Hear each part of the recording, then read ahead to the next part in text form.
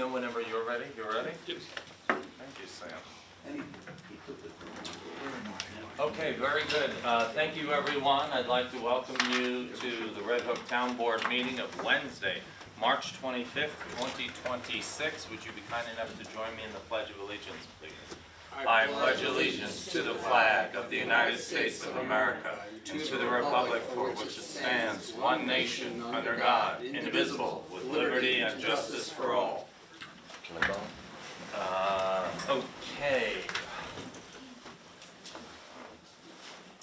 Thank you all very much. Sam, if I could ask you to pan over to the screen there, then we can show the folks at home what we'll be discussing tonight. On our agenda, we'll be talking about the desire of the Water Board Chairman to dispense with some surplus properties in the Water District, and thinking perhaps now is a good time to be discussing that since there's some capital needs for rehabbing the tank. We have a resolution to approve amended task order for the T&D Water District map plan and report. There was a task order back in 2024 that we approved for this effort, which included the preliminary engineering report, which we have already received, and we've got an updated task order for the second portion of that, which is to create the map plan and report. We're going to have a discussion about the Champlain Hudson Power Express. If you've been following along the previous meetings, that is that power line that's underneath the Hudson River, comes all the way from Quebec and goes to Astoria, Queens. And because it lies within our underwater land, it is eligible for taxation, and the developers are interested in discussing the possibility of a pilot agreement. And so we'll have a discussion, a brief discussion about what the pros and cons of that might be. I don't necessarily think we'll be taking action tonight, but you never know.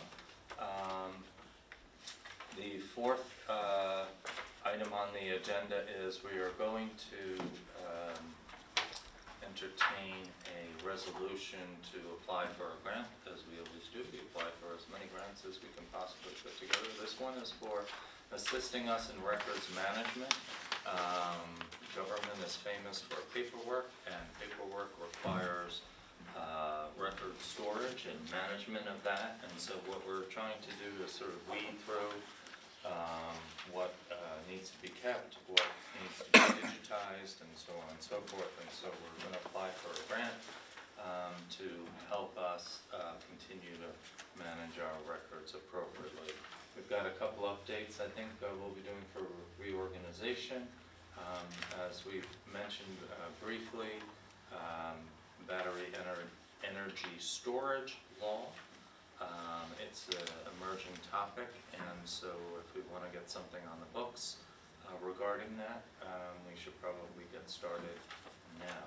And so we'll have a brief discussion about that as well. We have some correspondence. There's an application that we have 30 days in order to chime in on, related to the Roland Fields property. That's the former bowling alley. There's a request for a liquor license there, and so we'll have a discussion about that as well. The last item on the agenda is a discussion regarding Camp Rising Sun, and it's not regarding the project, the preservation project that we're doing in partnership with Winnicke. It's different than that. So I was approached by the executive director, who mentioned that the entity that was originally going to rent the campgrounds this year, and had previously done so for several years, is not going to rent the grounds. And so there's some thought. They would like to know if we would be interested in renting the pool. Something that I think has been a goal of our community is to provide public access to our community for a pool. We do have a private pool located next to or adjacent to the grounds of the rec pool. And so we'll have a brief discussion about that and maybe get some more information moving forward about that effort. It's the second meeting of the month, so we always go through our department, board, and committee reports. So we'll be reporting out on that. We had some correspondence from the Red Hook Librarian about a program and whether or not we'd be interested in partnering with the library on a program to provide books for young individuals in our community. And one of the things that I read as part of the request, which was a little disturbing to me, which was that only 55% of third graders in the community are reading at a proficient level. So something for us to discuss. Okay, so that's what we have on the agenda for tonight. As far as announcements, the Red Hook Rod and Gun Club and the community, the town, of course, we are a co-sponsor of the Multnomah Memorial Trout Fishing Contest. That's April 11th. Looks to me like we hand wrote the 11th in there. This is a Saturday morning. We always do it each year. It's a wonderful event for kids. If you remember last year, it was absolutely horrific weather. I was out there. These poor kids were fishing in sleet and snow and so on and so forth. They're really quite impressive. It's just for ages 5 to 15, and it's 8 a.m., 12 noon. It's along the creek at our rec park. Obviously, it's one of our events that we are very happy about. You'll be receiving the newsletter soon in your mail, and these are the events coming up for the spring, sort of reorganized now in date order.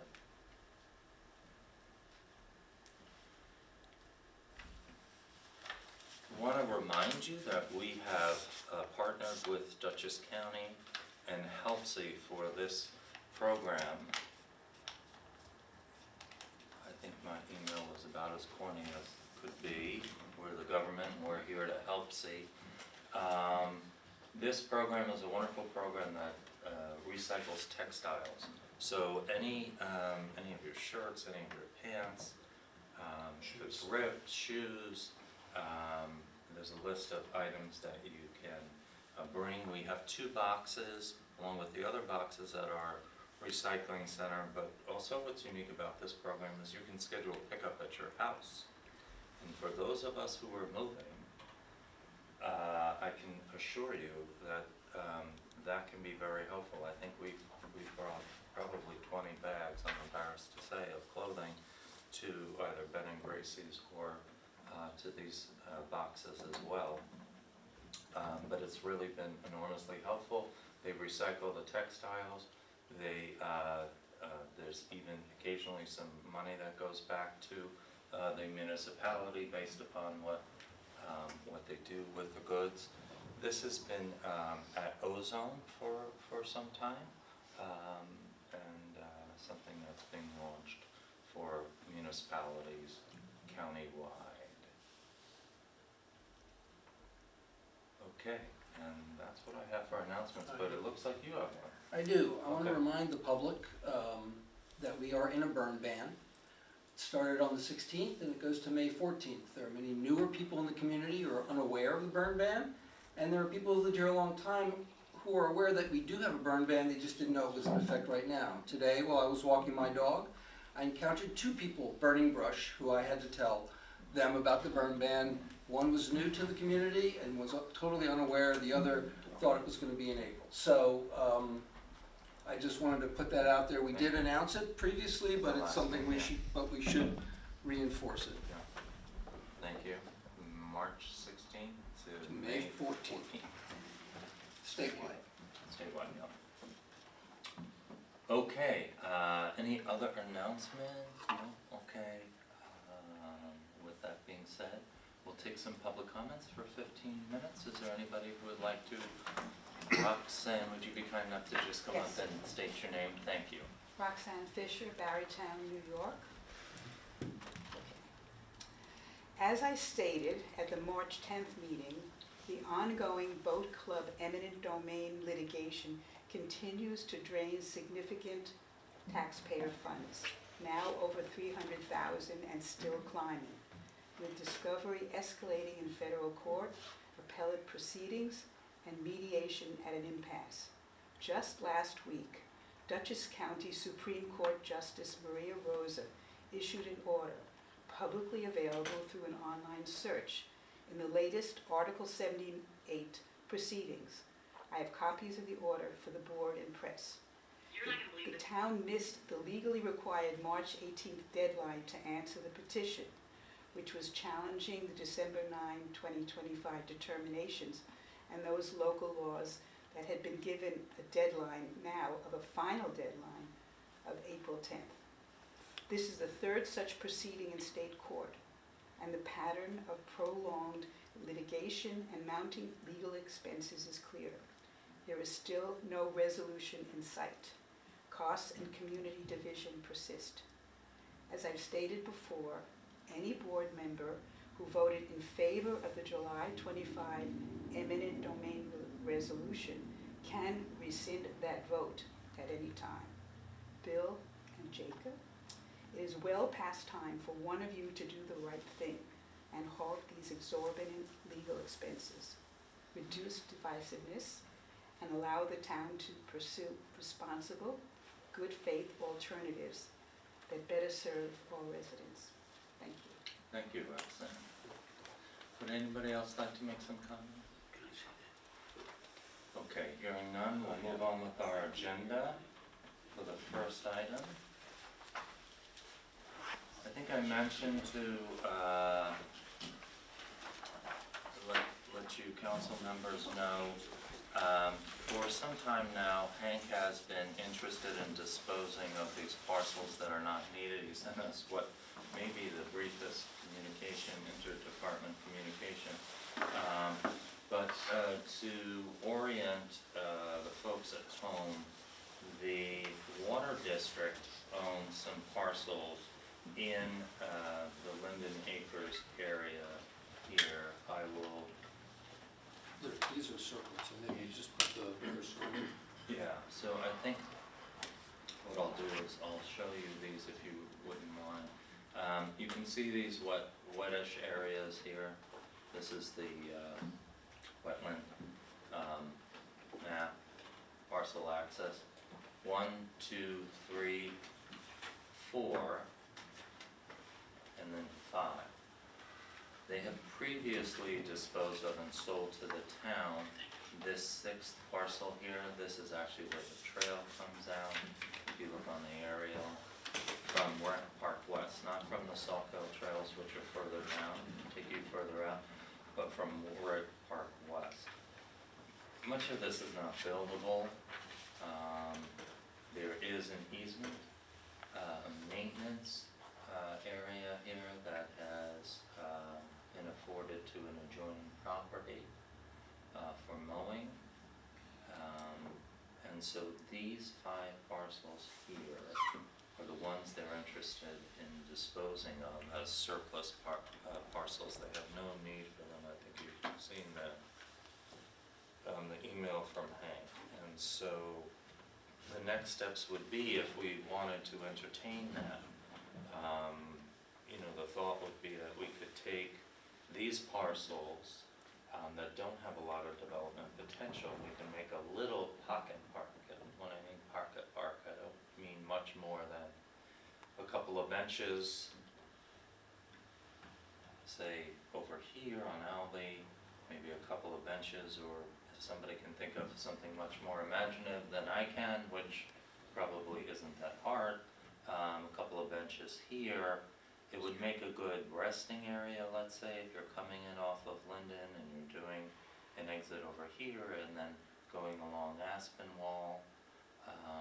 But as you know, good planning, one of the things that we don't have here in this community is little pocket parks. We don't even have one really in the village, with the exception of Abraham's, which I'm not sure you would consider that a pocket park, something small. For really respite, but it'd be a good place for people to stop if they're taking a longer journey over, and I apologize, here's First Street over here, but I just would like to orient you to over here, to the top left of the map here, is where you enter the blue trail of the Sauk Hill Trails. So it'd be really a nice way to come out to Rec Park West if you need to sit down for a little bit, and then if you wanted to continue way down Aspinwall, and then maybe go over to the blue trails here. The red trail exit is further down this way on Aspinwall. And we would, probably want to look at the Community Preservation Fund, since it had an emphasis in the last update for protecting water resources, and obviously there's a wetland here. These parcels were not included. I'm not sure why, maybe because they were small.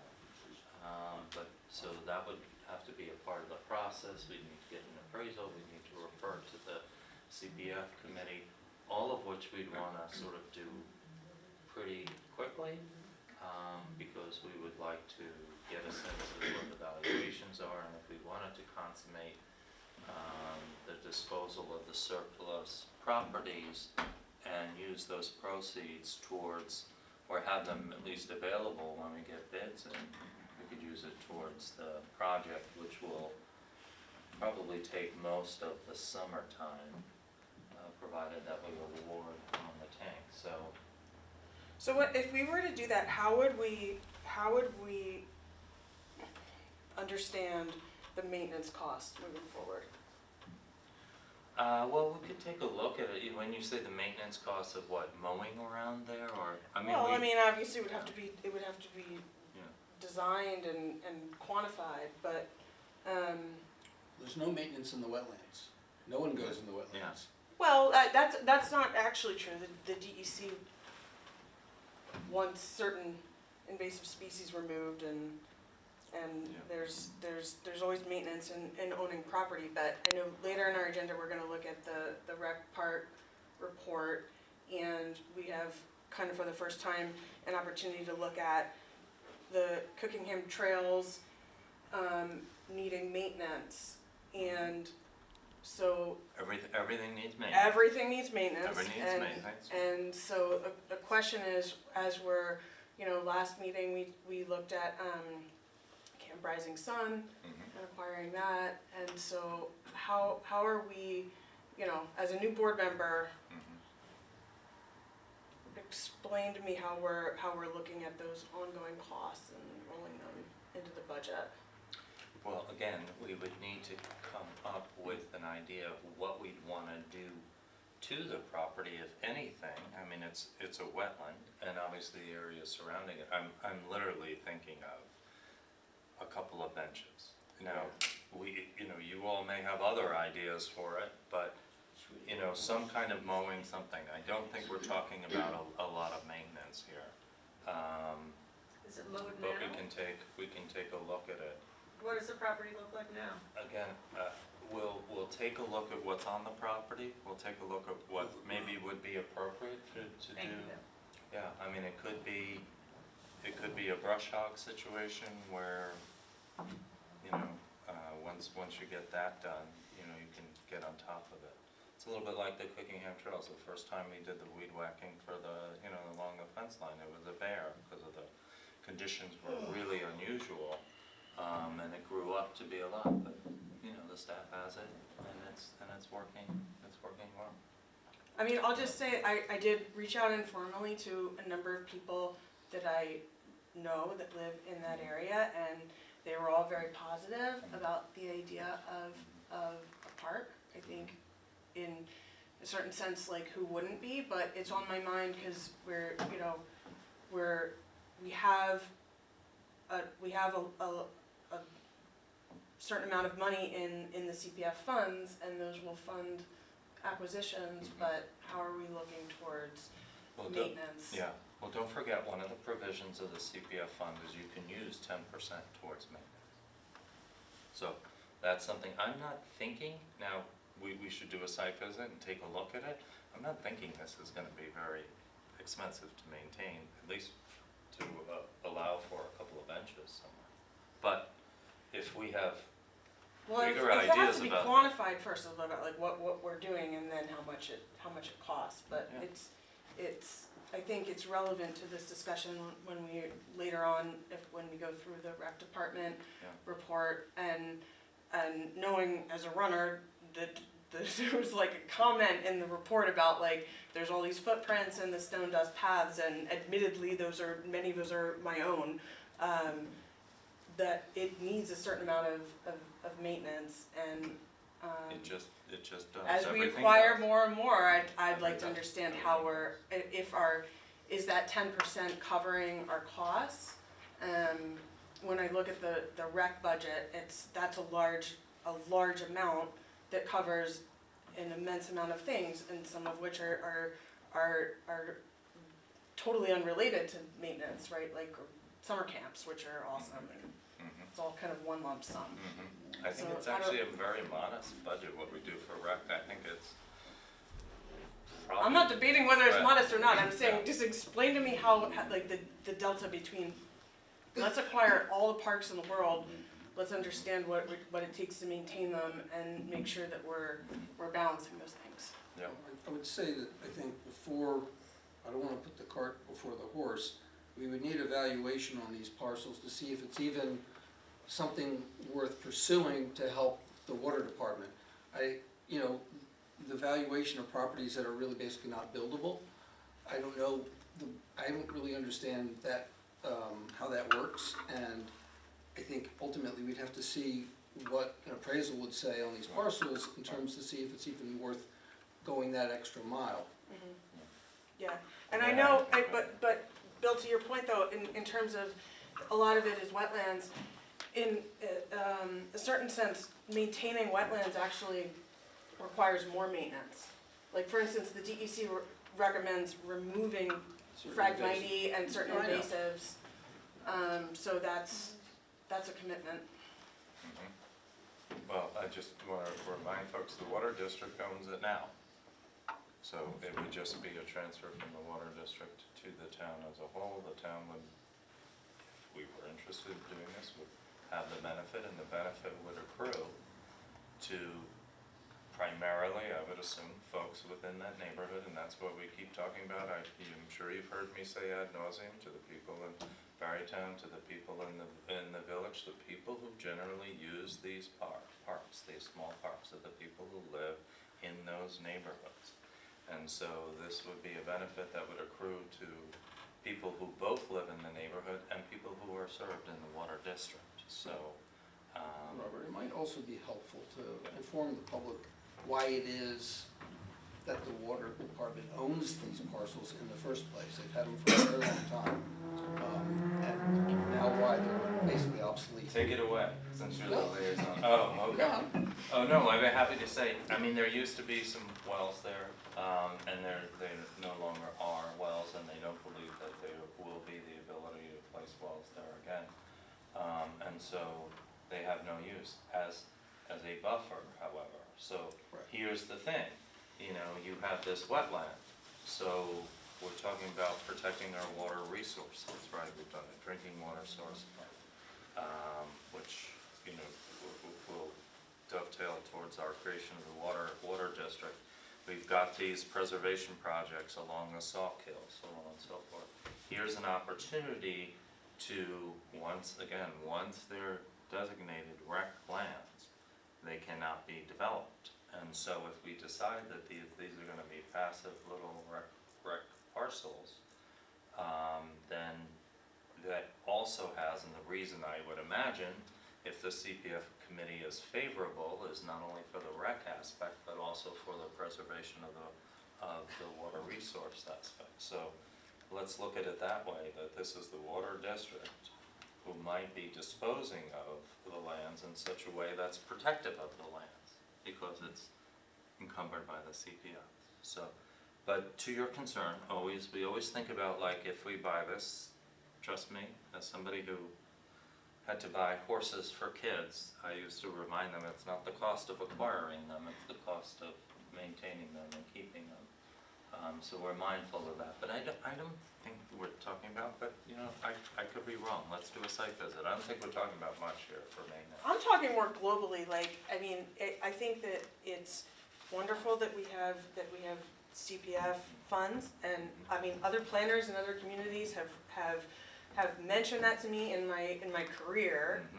that Red Hook has done an awesome thing in having the CPF funds, and yes, we can acquire lands and we can grow public resources, but I think it would be helpful to look at really specifically things that we've acquired recently that we can really tie back the maintenance costs to and make sure that we're not spending more than we anticipated on I hear you. on those parks. I don't sleep at night thinking about, you know, the future and the future costs, but I will just remind the public that, you know, last meeting, the town of Red Hook's finances have never been stronger. We have completed, or nearly completed, 90 capital projects. They have never been stronger. When you look at our fund balances, we also have surplus property to dispose of probably this year in the Cookingham West Farm. We will have more money than we've ever had, despite all of the projects that we've acquired and had to maintain, and some of them have turned out to be more money than, you know, we had hoped that they would be. Maybe we can break it out, is that reasonable? Like, Well- we can look at our, I mean, Sure. look at our Sure. all those But I don't stats want and us to get vouchers. lost on what's in front of us. 100% agree. Okay. 100% So, agree. what I do wanna just reiterate is, if we think we're interested in this, then we should take the next step, which is to, see if we can get, either an appraisal or to get a real estate professional to give us an idea so that we can get some sense of what the cost would be, because Bill, to your point, I mean, the Board of Health tends to allow, and Christina, you would know this probably better than any of us, because you're in the development business, but they would say, well, we're not gonna prohibit you from building a house, you're just gonna have to do a raised septic, you're gonna have to locate it here, whatever, right? Well, the other What's thing, the the other thing is these maps are obsolete and they can no longer be used for jurisdictional purposes. So if you really wanna know how big this wetland is, Yeah. it's gonna have to It's be gonna have to be flagged and. by DEC. Right, So for sure. there may be, hey, listen, Right. wetlands grow and they shrink. It's just the nature of how it is. And so, while I've been there, there's wetlands there, we just don't know whether they're bigger or smaller than they were before. And I think that affects value as well. Yeah, Well, a jurisdictional determination would be step one, and before anyone would be able to appraise it, I would think. I'm not so sure about that. Because if it's buildable, if Board of Health is gonna say it's buildable, I think that, you know. No, I mean, Board of Health is 10 steps away from it. I'm talking about the DEC's, a parcel Yeah. JD is the new 2026 process of understanding where wetlands are. You can't, we used to have the maps, and now we have a jurisdictional Yeah. determination process. No, I hear you, Yes. but this reminds me of a meeting we had a couple of meetings ago, because you know, you're looking at things from a development point of view and have been for years, so I grant you that, but as somebody who spent 30 years looking at it from preservation, it's very different the review that you would do of a parcel like this to preserve it, than the review that you would do to ask to have a Not jurisdictional- disagreeing with you, I'm Yeah. actually, I'm Yeah. building on Bill's point Yeah. of that the maps aren't valid, and the process of DEC coming out Sure, that's what that is, it's a jurisdictional yeah. determination by DEC, which is field work. I'm not sure we would need that, but that's a good question. I think we should look into that. I'm not sure we would need that because we are acquiring it for rec lands and for preservation. Not It for may be development, good no. for us, it may be good for us to know exactly where, Yeah. and have it flagged again, for sure. Other thoughts? Jacob? I mean, I think it'd be great to do a site visit. It'd be great to get, a sense of the value. Okay. More info? William? Yeah, Okay. it's close enough. Okay. Well, let's plan on doing a site visit, and I'll try and get you as many documents as I can that might help with understanding the parcels. And, you know, good to walk the beginning exit Park West and get some measurements too. Okay. Thank you very much. That is number one. So we had the amended task order from Ty and Bond. Task order, I think it's number 9 from 2024, included a preliminary engineering review and a development of an MPR.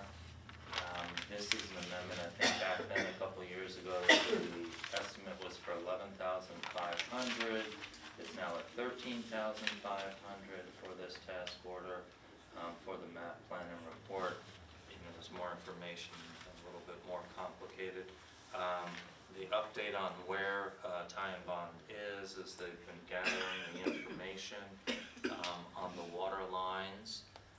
As you know, part of this district is already serviced by Village Water, so in developing the map plan and report, they're gathering all the existing plans and so on and so forth within that D&D proposed service district.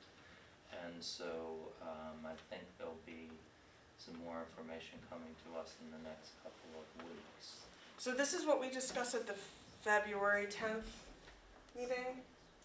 February 10th We- meeting, yes, and We so, passed a resolution for ARPA funds that's to right, cover that's right, engineering and legal fees, and that's correct, I haven't seen anything on legal.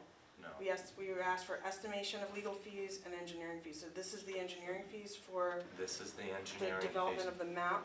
just the map plan and report, that's required to Right. submit to the comptroller's office for review and obviously to make available to the And people remind me in how the proposed The district. total amount of ARPA funds What was, we approved was $40,000 towards this effort, knowing that we might have to adjust that.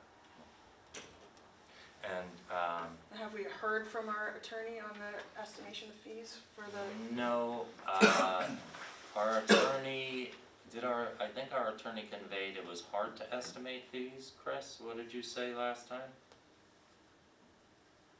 She's there somewhere. Chris, I think you're Well, muted. yes, here we go. So I would suggest that maybe we should look at the process For the sewer, right? the sewer, which is recent, and the process is similar. Yeah, So that might be a good way to estimate, yeah, if that would make sense. okay, We can do that. that but we works. asked for the estimation on February 10th. It's now March 25th, so that's a Kristen, I while. think I was waiting to understand what the scope of the district was gonna be, and what I'm now understanding is we're talking about the TMD. Oh. Which, you know, there were different ideas floating around in terms of including other areas that are currently served by the village. Right, So, one of the things that I Well, think no, you. well, but hold on, no, we had said the conclusion of that discussion, Yeah. I'm sure this is in the minutes, but we had said that we were gonna prepare a map report for only the That's correct. matching the Yeah. water and the sewer. So the sewer area is already established, we were gonna match the water to it, and That's that's what we asked That's Chris to estimate her legal fees for. Kristen, if that's the case, then I apologize. I probably had a note, and I will get that to you for the next discussion. Okay, thanks, Chris. All right, anything on this? I assume we want to approve this task order, or are there any comments on it before we entertain it? What, I don't have any comments on it. no comments? I didn't see a resolution in the packet. Oh, Yeah. oh yeah, because we'll do this by motion, sorry. And I put resolution, so my bad. Okay, motion to approve, I think I refer to it as amended task order, we'll call it the task order related to prep of the map plan and report. And if you are in that traditional neighborhood district, we're working as fast as we can to identify potential grants, as we've told you, with the sewer. We'd like to get some grant money towards this effort. One of the things, Christina, I think you brought up at that February 10th meeting is trying to identify, and then Brandy is working on it, the nearby water districts and how, Yes. how that would work. So she's been in touch with the county and shaped files. I noticed you asked for an update a I few did. minutes before this meeting started, so I was able to reach her right beforehand. And so they're working on that, trying to get that ready. Does she have any progress on that though?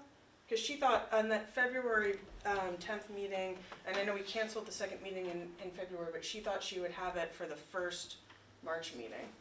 That's what The- Brandy told us on February 10th. I think she's waiting for some shape files from the county. Again, I'm just the messenger, I don't know how to better convey it, but I think she's waiting on some shape files from the county on that. Because there's a whole bunch of water districts, right? There's the one that's nearby, and Yeah. then there's the other ones. I think the request was for all the water districts that are in the township, so that would include, say, the one in Forest Park, for example, right? Right. We'll touch base. I think a progress update would be good. Yeah.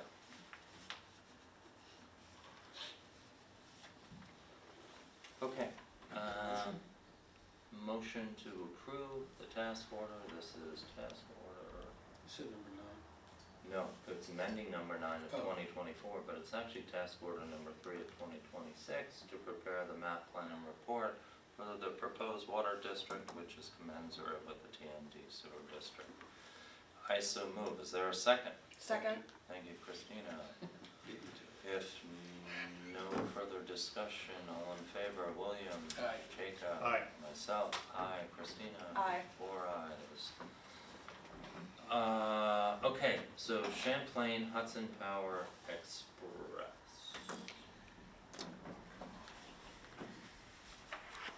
So just to go back, and I don't know how much I put in this packet, so I'm going to just refresh your memories if I could. Proportional to the mileage that is within the underwater lands, that is within the boundaries of the town of Red Hook,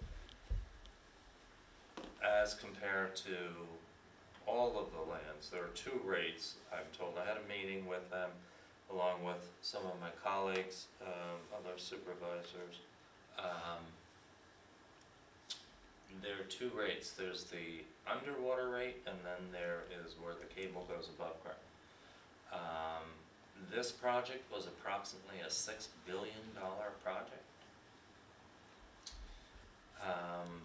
So there's the proportion that's been allocated. What came on the rolls, and this is all New York State makes the determination based upon the cost of the project. What came on the rolls in the town of Red Hook was approximately $12.5 million of valuation. Don't get excited. The town of Red Hook is not getting $12.5 million. That is the proportional value of the cable that's underneath 4-point-something miles. It's not the full extent of waterfront. They challenged, but not yet a legal suit. They have challenged the state's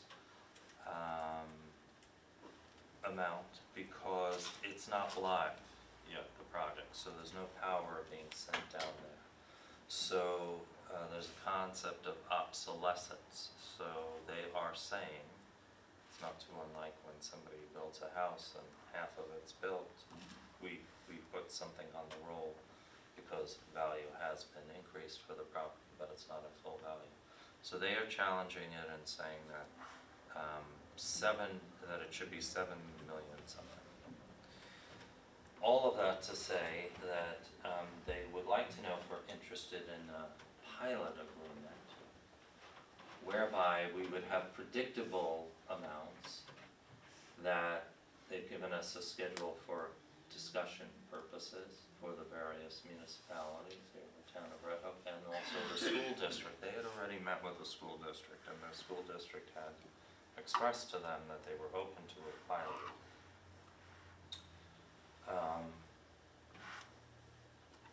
There's some flexibility in how those payments could be made. Right now, they're ascending, they go up each year. There's an escalator in the agreement, it's a 30-year agreement. Not surprising to you, it's less in the beginning than what we would probably get once it hits the books and stays at full valuation.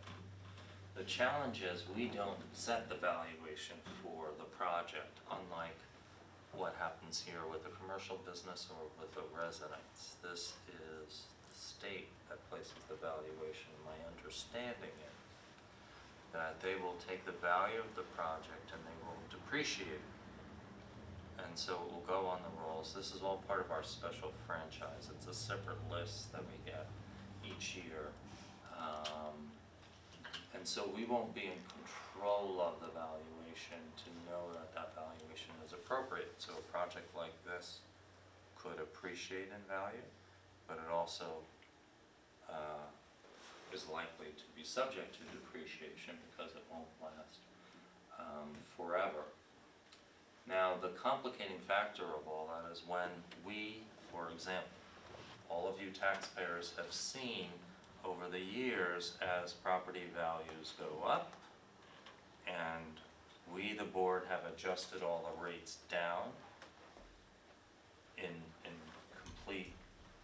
most cases, we've adjusted the rates down to completely wipe the increase that could happen because of the appreciated assessment. In some cases, it's been almost the entire amount. You get a lower tax rate. So if this stays on the books, the $12 million or $12.5 million, and our tax rate continues to go down. So for example, before I started, the tax rate was 2.34 mil. It's in the last budget, 1.41. So you see the decrease in the tax rate. So if this stays on the rolls, for example, the project appreciates because the value of electricity, as we know, keeps going up. But then it is a capital project, so it will be depreciable. Tell me if I'm getting too wonky for you, Jacob. Let's say it just flatlines, it stays the same throughout this period. We'll be getting less money each and every year, okay? Because the tax rate will go down. Now, if properties don't go up in the future, which is also a possibility, given what we don't know is coming our way, then we don't have this fear of a declining tax rate affecting that valuation in such a way that we receive less money. They are open to having a different schedule for a pilot. So for example, we could have a higher amount in the beginning and do it in December. They would be open to a pilot with a host community agreement or community benefit agreement. What is that? So that's like it's a separate agreement that all the taxing entities would need to sign on to. That says, for example, we want you to, in addition to paying for a pilot, we want you to buy us an ambulance. Our community desperately needs an ambulance. So that's part of the host community agreement. Bill, don't write down our community desperately needs an ambulance. That was an example. So there's ways that we can structure some type of an agreement that could work for the community as well. All of this is to say that there are different options that have pros and cons. One of the cons, and Chris is on the line, of doing a pilot versus doing a full assessment. Chris, you want to take it away? You mean the issue that a pilot is a contract Yeah. and is subject to contractual remedies as opposed to a tax, which is a tax lien on the Right. property? That's the one? Yes, that one. I'm not quite sure how we would do a lien on it. Cable 4 point something miles in the river, but yes. That's the one, so there's different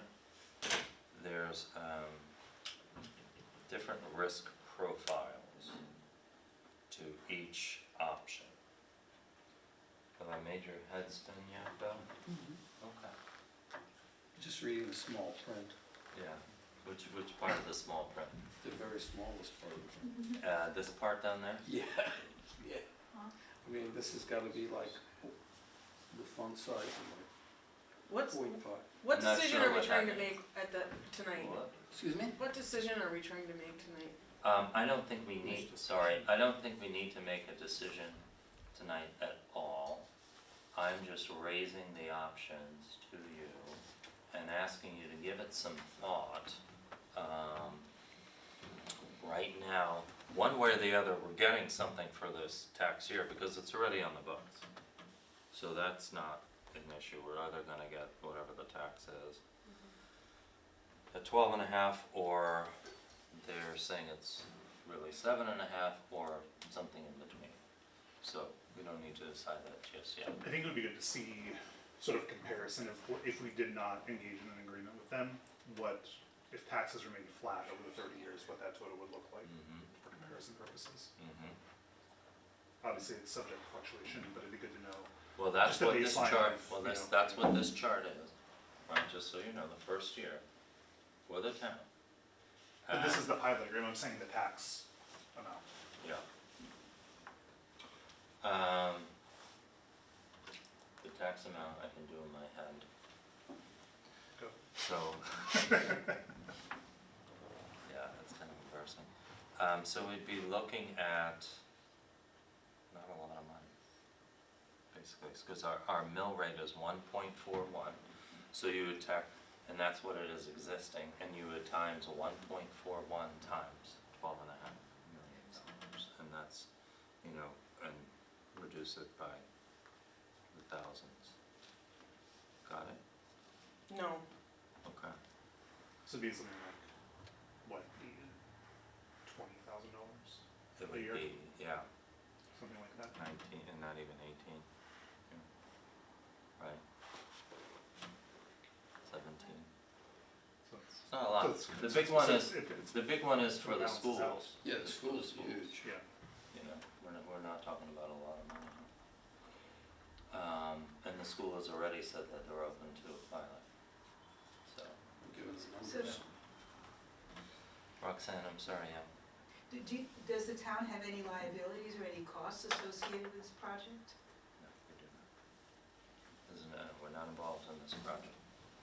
We just benefit from the fact that it's underwater in our township. So we don't have to do anything? Okay. No. Get charged though. You could argue this is found money. Anyway, food for thought. I'll run some numbers for you. I can show you what they would look like flatline, I can show you if we wanted upfront money, but be careful if you get if you wanted in descending order, then when the pilot's all over, and then, as Chris points out, you do have to go after if they don't fulfill their pilot agreements. Okay. Lots to think about.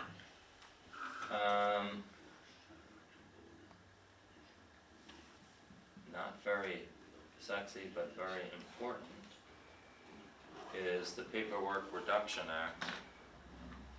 Never really did reduce any paper, and so we have lots of paper, and actually we've been very good. The town of Red Hook has really done a good job of, it also helps having that annual shred day, I will say.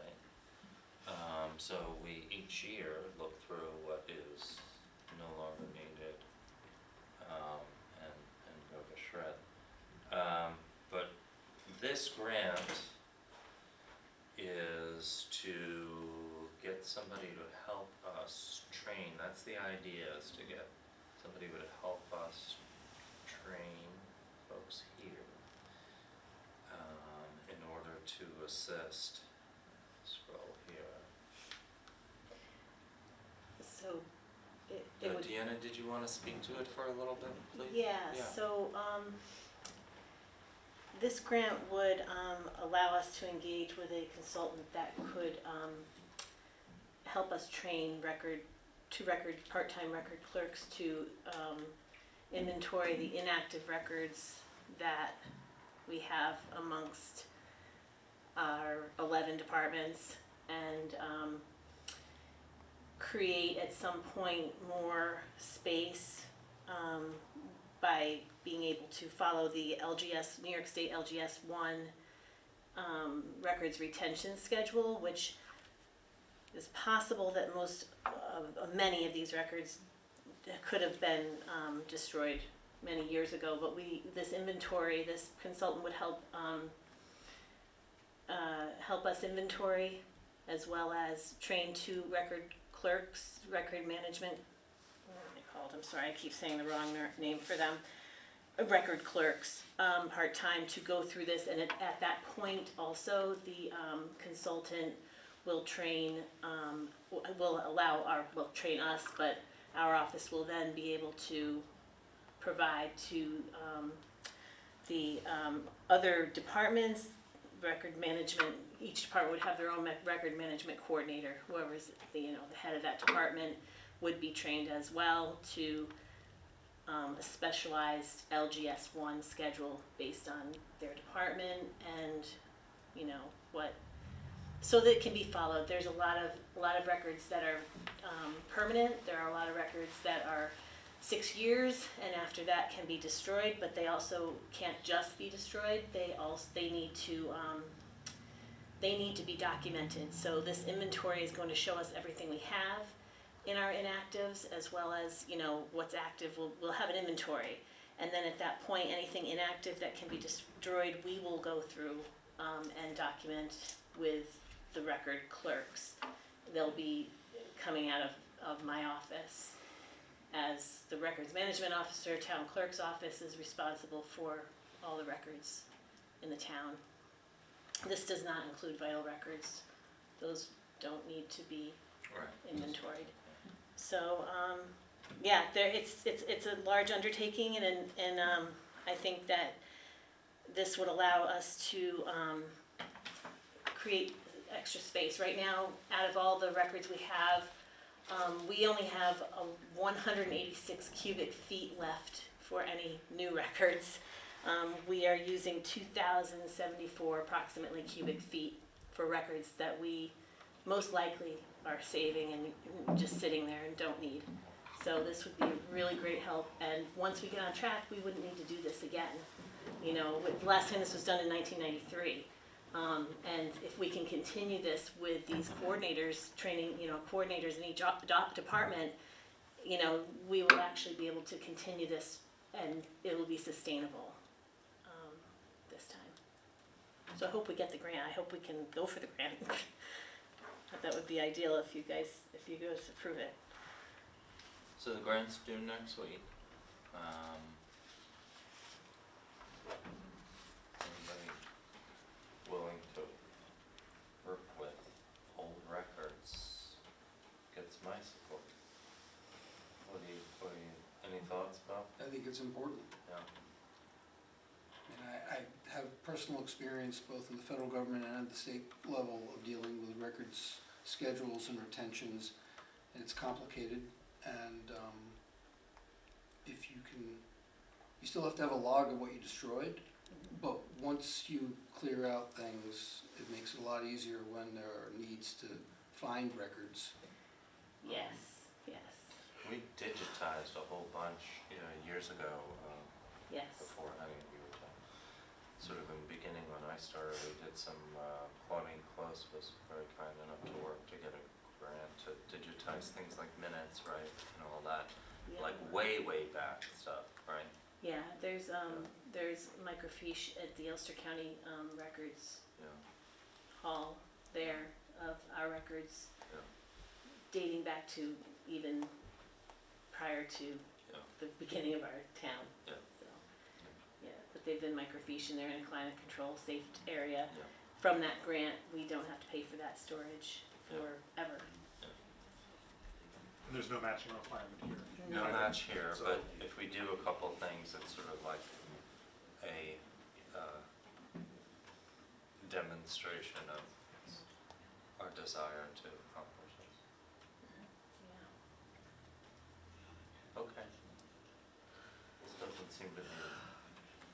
What's the resolution number? 12. Resolution number 12.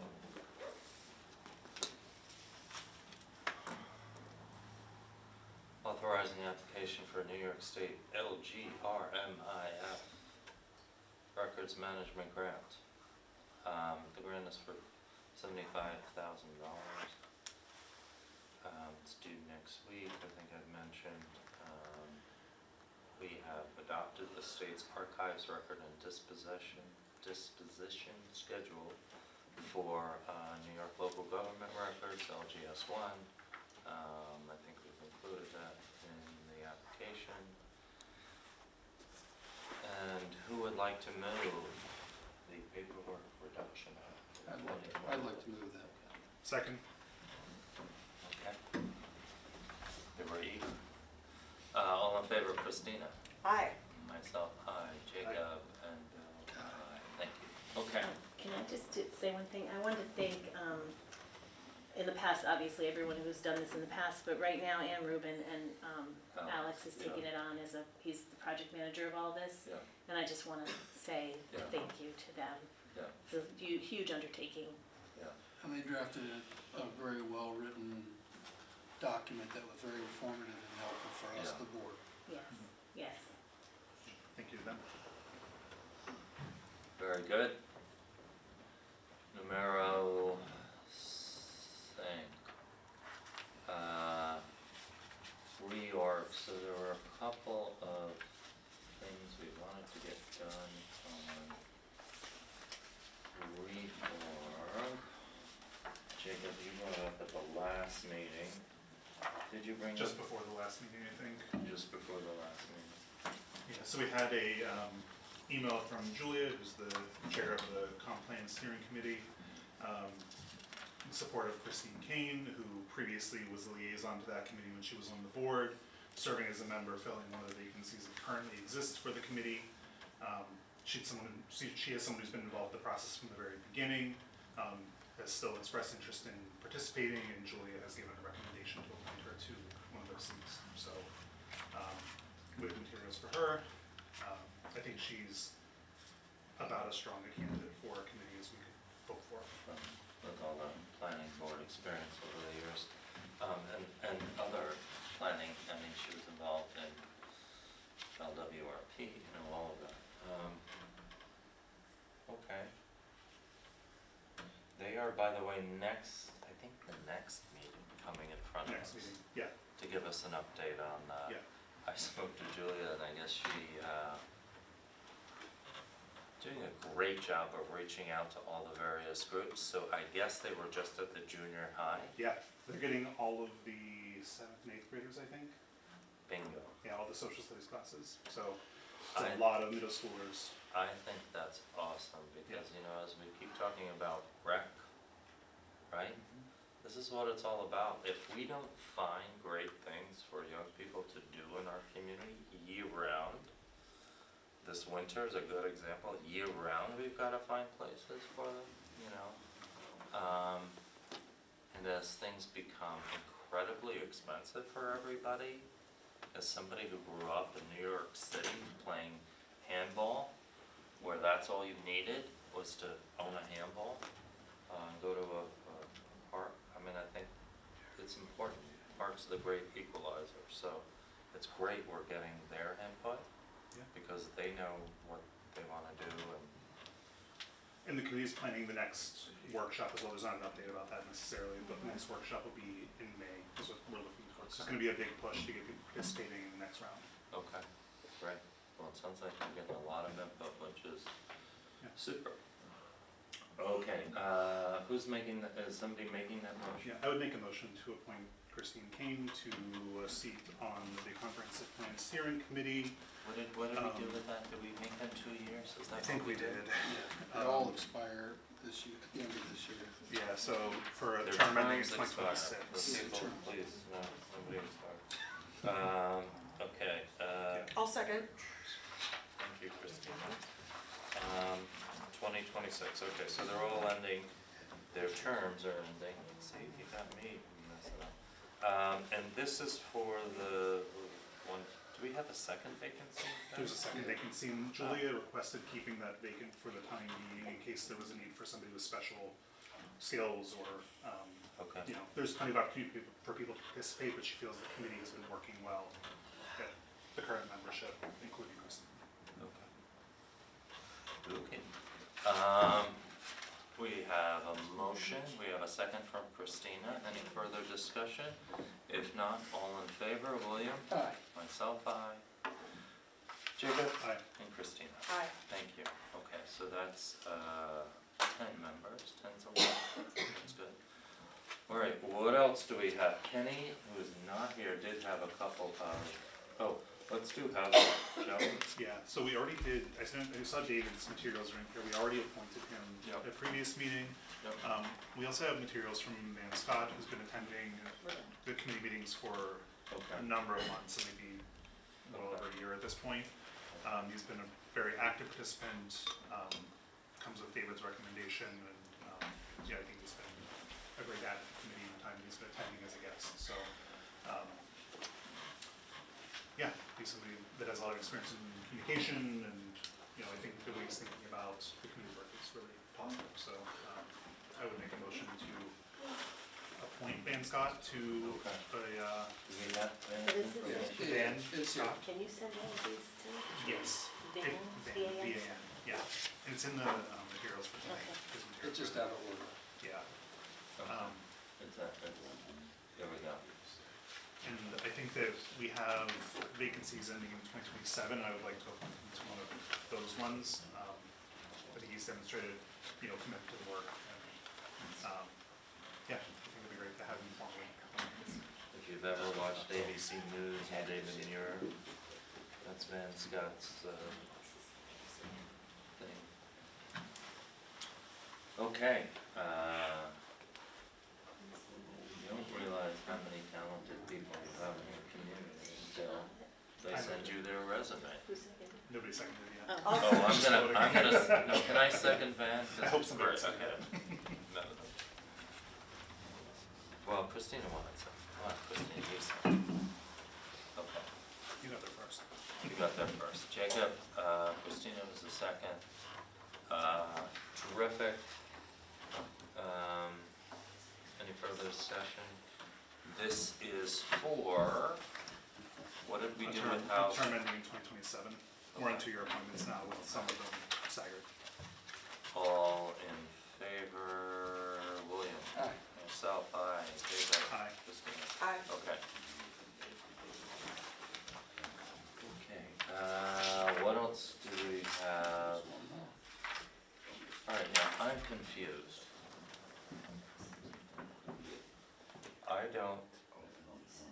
I wanna confess, I don't read the Daily Catch. Somebody sent me an article, and they said, I thought Jeff Carter lived in Red Hook. The article in the Daily Catch from the other day, Jeff Carter appearing, Sixth Senses.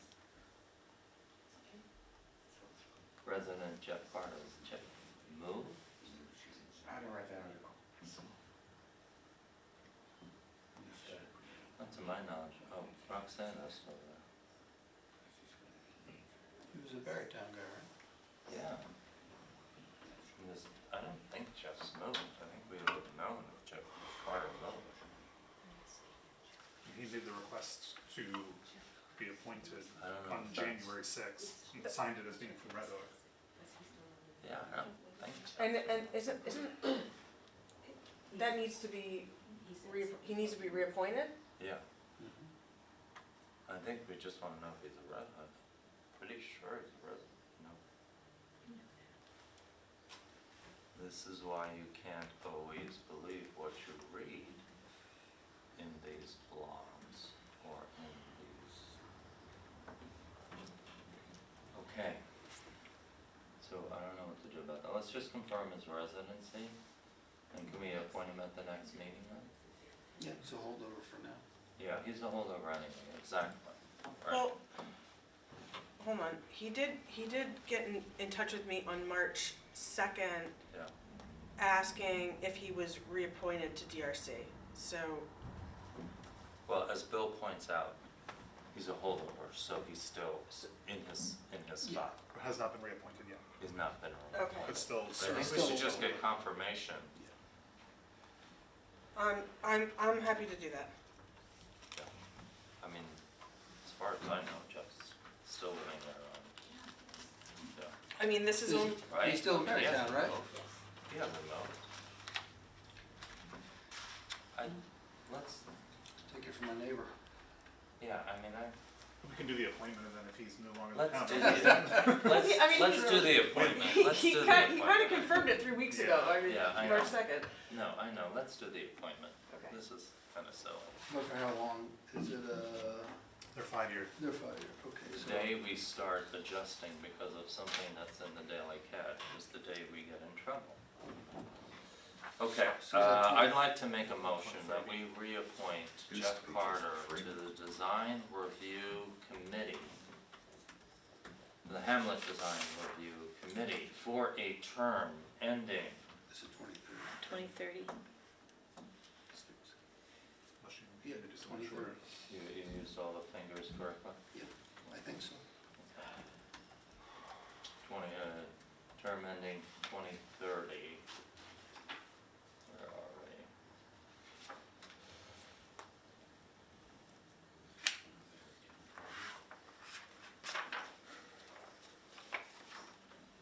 Okay, so I made the motion, who seconded? I'll second it. Okay, Bill seconded. Any further discussion? If not, all in favor? Jacob? Aye. Christina? Aye. Myself, aye. Bill, aye. Okay, thank Sorry, you. and the term was ending in 2030. 2030. The 5 year. Yeah, okay, thank you. Okay, so Kenny, who is not here with us again, sent us some information. Let me pull that up. Reappointment, it was related to ag and open space. And that was, apologize for taking your time, but I wanna read it to you, please. I have it open if you want to look at it.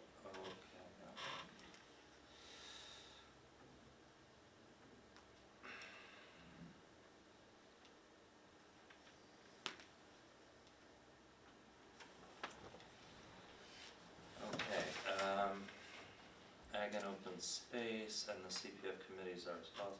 Ag and Open Space Committee for reappointments, Sam Rose, Norm Gregg, and Michael Robertson will continue to participate, so let's go there.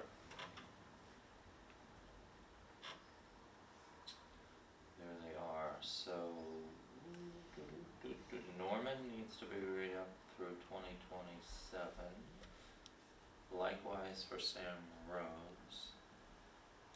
And Michael Robertson does not need to be reappointed. So, I would like to make a motion that we reappoint Sam Rose and Norman Gregg for 2-year terms ending in 2027. Second. Thank you. Any discussion? If not, all in favor, William? Aye. Myself, aye. Jacob? Aye. Christina? Aye. Okay, thank you all very much. Does that mean that he has not confirmed with John or with Chuck. Chuck? Yeah, Okay, I assume.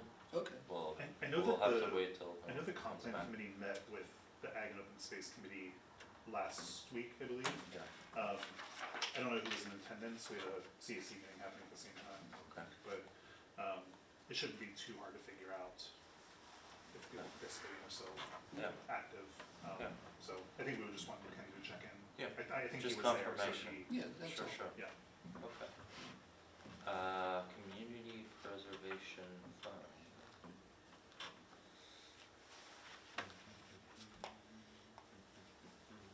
He has Chris Close will continue to participate, but Chris isn't up, his term is still Same good. with them. And Emily Mayor. Same thing. Okay. Mary Ann Johnson will continue chairing both committees, but did we already appointed Yeah. Mary Ann has chaired about things, okay? We're still looking for additional participants for the committee, so the email will go out now tomorrow of where all the opportunities are. I think we've gotten enough feedback yet on the existings who wanna stay and so on and so forth. All right, anything else on reorg before we move on?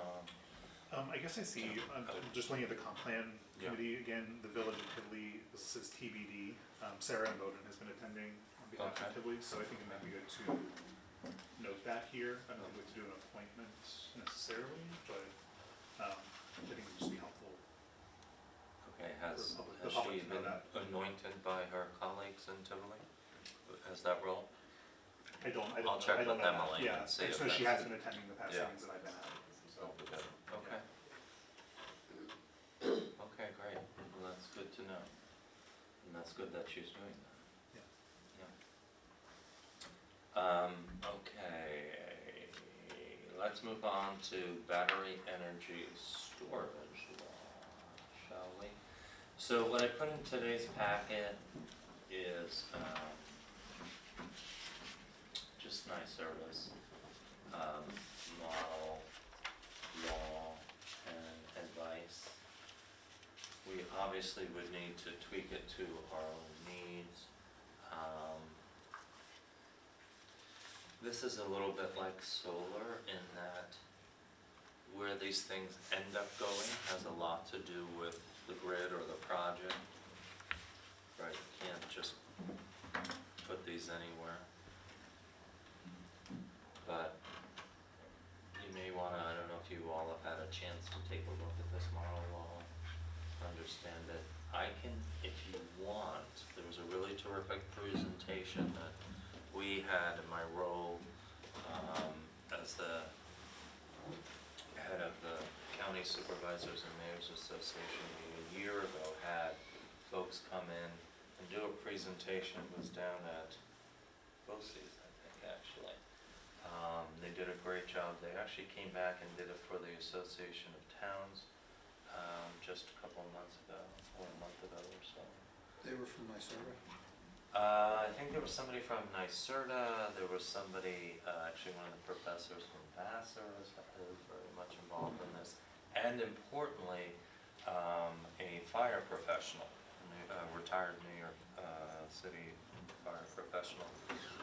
Because, you know, that's the first thing that comes up is, you know, what is the potential risk as it relates to these systems. So, I mean, we could have a presentation done on this if you feel that you need one in order to get up to speed.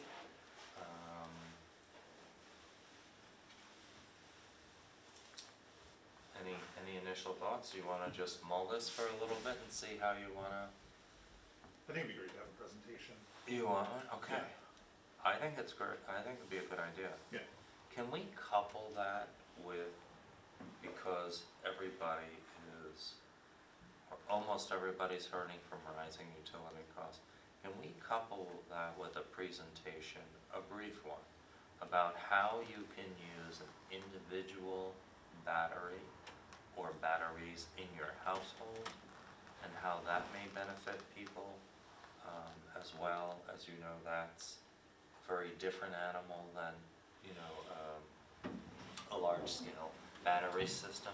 But one of the things, and we had a presentation here, the Energy Committee had a presentation from Jeff Irish, who we've known over the years. He started the first solar company here. He's been, you know, a consultant working with the town over the years.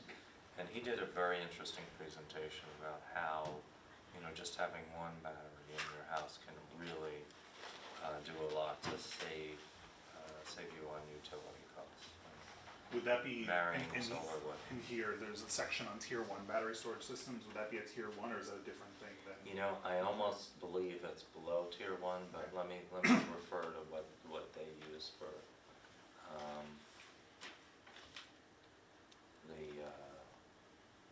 the limitation, the threshold for tier 1. I don't know that, maybe it Yeah. doesn't actually. It doesn't Yeah. necessarily matter, but it might be a good idea to have them like both come Good to together. understand, yeah. Yeah, talk about the pros and cons of both. Okay. Yeah, I think it'd be helpful to just Okay. hear what exists and what recommendations. Okay, what- so I'll try to, I mean, I don't know that we can arrange that for the next meeting, but can we look at this and we can maybe, I'll go pick some already adopted best laws that are out there. There aren't that many yet, cause it's This emerging. model's been out for a while, though. The model's been out for a while. I mean, But we also probably wanna take a look at, cause there are some specific things to each community that are relevant.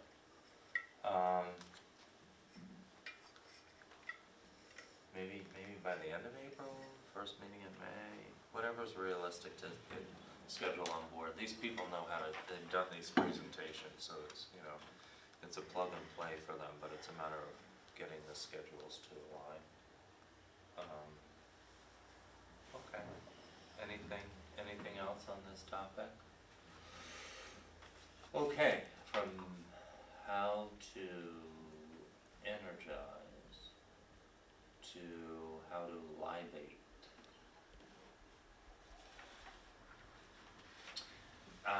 Municipalities have 30 days. For the folks at home, one of our roles as your elected officials is to respond to applications for liquor license in our community. And so there is an application that has been processed by Roland Fields LLC, that's in the former bowling alley space. Here's what confuses me on this one, and again, I'm not saying for or against it, not. What confuses me is that this type of establishment, restaurant, full kitchen and full menu required, but that is not what they have a permit for. They don't have a permit for a restaurant. As an accessory use? They don't have a permit for a restaurant. In fact, they received a permit for an amusement, a recreation place, amusement or whatever brand. I apologize, I'll get the term correct tomorrow, which is not helpful. But they do not have a restaurant at that site, and they do not have a permit for a restaurant. Doesn't mean that they won't get one. In the R3, that requires a special permit. So, again, I'm not sure that the state agency's gonna care about that, but it seems to me that we should at least include that in the response, that they currently are not a restaurant. They don't have a permit to operate a restaurant, right? Well, I mean, wouldn't that make sense? it seems to me before we go and say that to the state, that we should reach out to the applicant, the property owner, and see what that looks like. They had pending things before the planning board anyway, because that was the last meeting, and there were issues related to signage and a variety of other, they're operating, but they're waiting for some additional approvals on some additional things, so, the only question I have is, you know, listen, it's been a bowling alley, it was a bowling alley when I lived here in 1980, and they served out, I think you could buy beer. The issue of them having alcohol is a long-going thing, that doesn't really bother me. The only issue is if we approve this, does it grant some kind of, does it give them something to be able to get a restaurant in without going through that process? But we don't approve this. Well, we don't approve this. No, They're this is just asking SLA, for- right, this is SLA, right? This is SLA. Well, Yeah. you must have done a lot of work with SLA in the I past, did. right? If we're not taking any action, then that would be, it's entirely separate process in terms of what their local, what the zoning allows and what their building is approved for. But we might wanna comment if they're not permitted to. I think it's inherent This upon use. us to say, at the present time, they do not have a permit to operate a restaurant there. Doesn't mean they won't get one, because it is allowed in that zone. Special permit. Again, not commenting on, and I'm not sure the state's gonna necessarily care. I think they, you know, they tend to look into, right, Bill, they look into sort of the history of the History. people who are asking for the liquor As license. well as the premises itself and how it Okay. operated for a long time. But, you know, even if we didn't take an action in 30 days, it would be kind of like when we send things to the county, in 30 days, you don't hear back, then Yeah. then they're fine. That's up to SLA to decide. Yeah. Well, I certainly don't wanna send something back that says, no, we don't No. want them to be considered for this, but I think it's inherent upon us to respond to the fact that there is no restaurant there is no permit to operate a restaurant there. And type of establishment, it is, indoor recreational, that's what they have a permit to operate. What would the response look like to this? Is this something that we would, Yeah, it's Deanna would just, type up a memo? no, it'll come and out, it would it'll come out of come out of your office? my office on behalf of the board, and that's all I would simply, unless you can think of other things that we would wanna comment on. I don't know these individuals, Well, why one's don't we, from Scars. what I would suggest is we find out and we find out what the status is of their building and zoning, and as liaison to building and zoning, I'm happy to do that. And then we could write the memo stating No, if I'm sorry, they have, I or didn't if make, I didn't make that clear. Yes. I already asked, you did, I already asked Brent. okay. And he said, no, I've only given them a permit to continue And as they a, don't have as a anything recreational pending they don't have pending application? for a restaurant. It And doesn't, it this- doesn't necessarily matter. I mean, I don't think that this form indicates the type of operation that they have. It lists only restaurants, recorded music. It doesn't even say that there are athletic activities, I don't know if that should be on here, but this doesn't feel like a full representation of what they're doing. I think it's, all I'm saying is that it says type of establishment, restaurant. It doesn't have a I mean, how could we not respond to this? This is, it's just a fact. There is no restaurant there, they don't have a permit to operate a restaurant. We would just simply say at the present time, the establishment is permitted for blah, blah, blah. Recreation or music. I'm supportive of that, but I think that somebody should reach out, and again, I'm happy to be the person to do this, but I think somebody should reach out to them to give them a heads up that that's the response. Yeah, I'd be happy to Because if call them, it's- yeah. If it's, there's a we don't have to respond to this. We can CC them. Until, well, I'm saying before we No, issue we have to- we have to respond by April, We don't have a meeting Fourth. between now and then. correct. Right. So we have to decide right now what we're Yeah. doing. So I'm in support of what you're saying, I'm Yeah. just saying that I think that somebody should personally reach out to them I'd be to happy to. clarify, Yeah. what their intentions are. Yeah. And if there's some nuance to it, that should be included in our response. I just think we Right, should I take a don't quick, wanna. we yeah, should go take a ahead. quick poll to make sure there's nobody on the board, I mean, unfortunately Kenny's not here, that would object to them having a liquor license. I mean, I think this is what this form is, Right. so it's, you know, if we're all in agreement that we don't object to that, I have then, no idea who these people are. Yeah. We didn't have no basis to object, yeah. yeah, That's what I'm so if saying. we're not objecting to the application for liquor license, then I'm happy to proceed with something that says, and by the way, you don't, are you waiting to get, are you waiting to have a restaurant before you serve liquor? I mean, if you go bowling across the river. No, if they wanna come and apply to be a restaurant, I mean, that's none of our, if it's allowed by code, it's allowed by code. No, all I'm Far be saying, it from us to well, I'm say, saying, what are your intentions, that's really not, if yeah. SLA gives them a license to They serve wanna- liquor, I guess the only question is the way they wrote this application suggests Yeah. that that's in conjunction with Yes. serving of food. I think you're right, Yes. Christine, they need to know, Well, like, they we're not can't- gonna they object can't to the put bar- liquor license. They can't put bar tavern, right, if they just wanna do alcohol, cause that's not allowed in R3.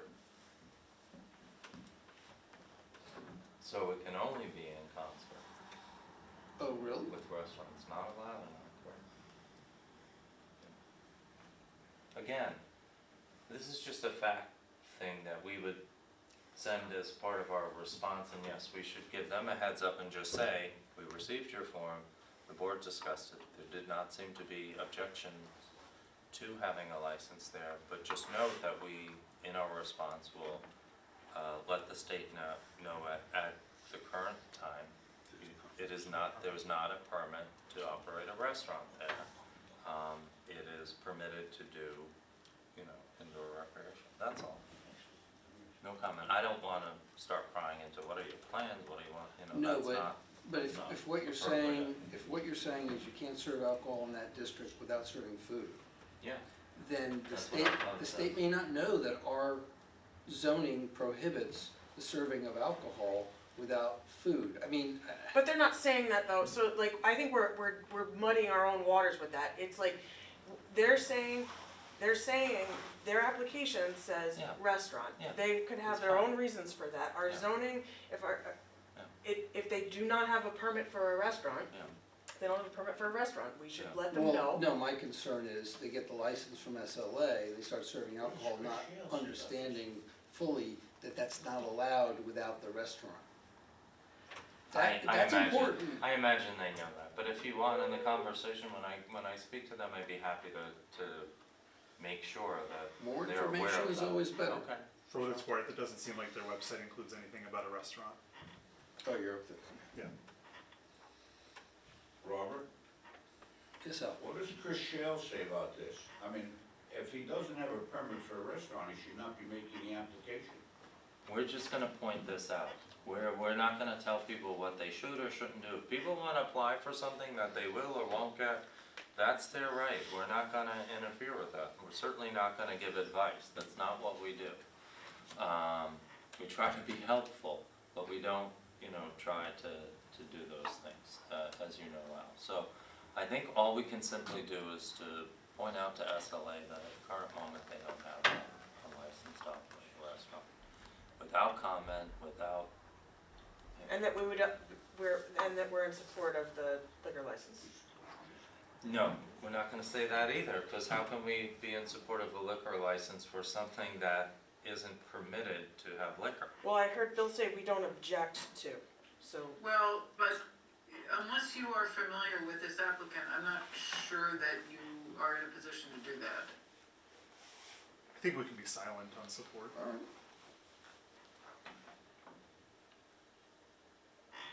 And maybe that's what we say to the applicant. We say like, this isn't about the merits of, supporting or not supporting getting a license, but at present day, you don't have a permit to operate a restaurant. And we're going to be letting the state know that in our comment.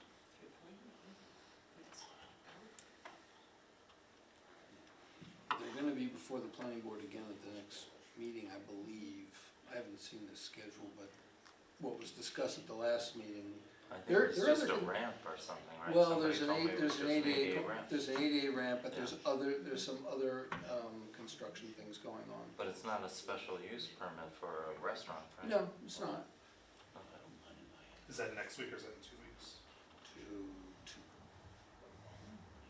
It's the 6th.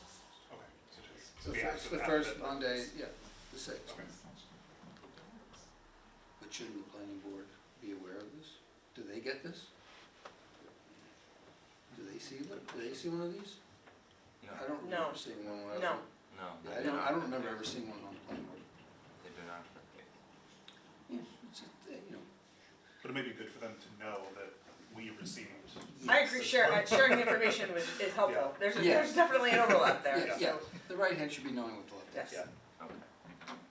All right, I think we have consensus on how to simply respond and say at the present time, right? Is that what we're saying? And to make sure that the applicant is also aware that response will be, and we'll CC the applicant in our response. That seems only courteous to do. Right? And we're gonna reach out to them before you send that response. Yeah. Yeah. Absolutely. Or Brandon can. No, Oh, I'll reach okay. out, because it's the board who's Well, that's true. responding to this. It's our- That's true. It's not, That's true. it's not building. That's true. Okay. All right, next up. Okay.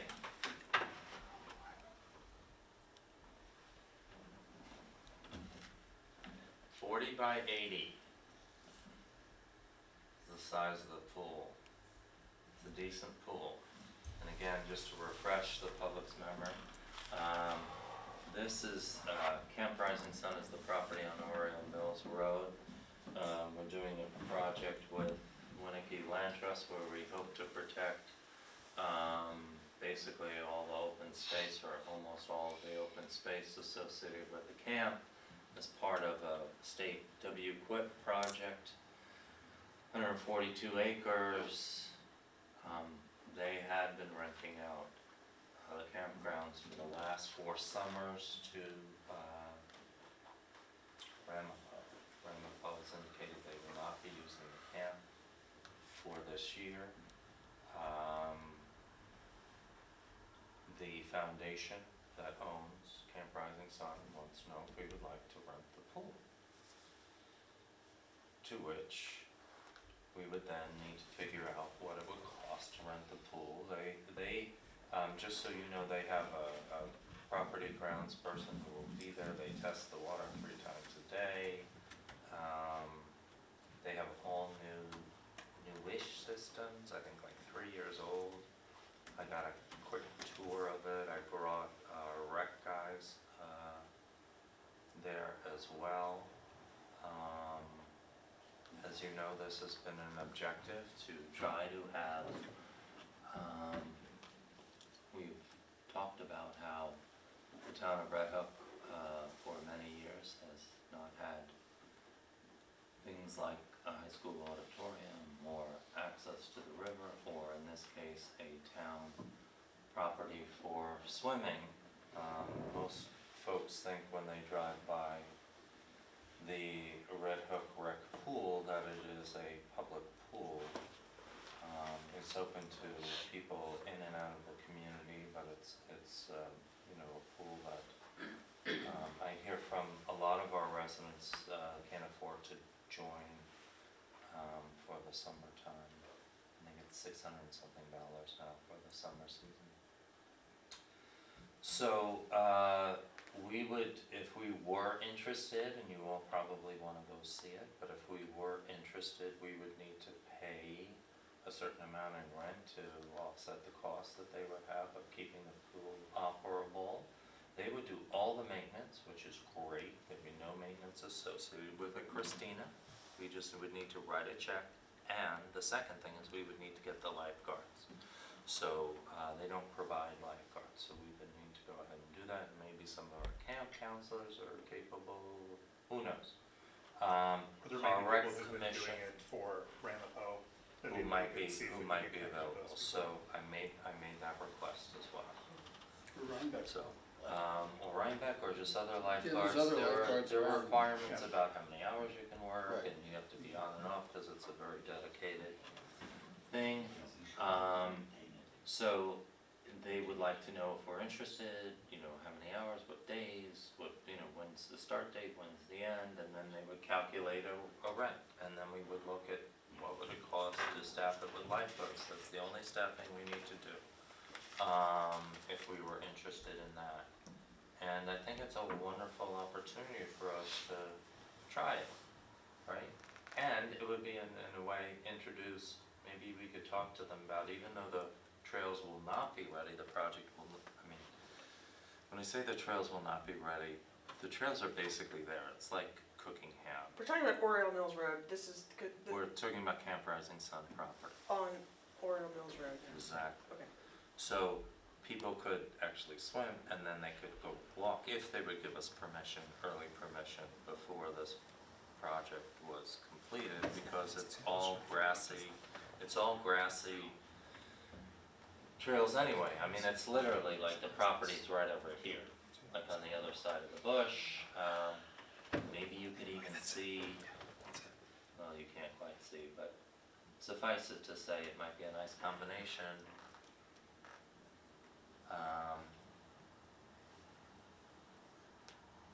I'm excited about it. I can't tell you how many adults, forget about kids, how many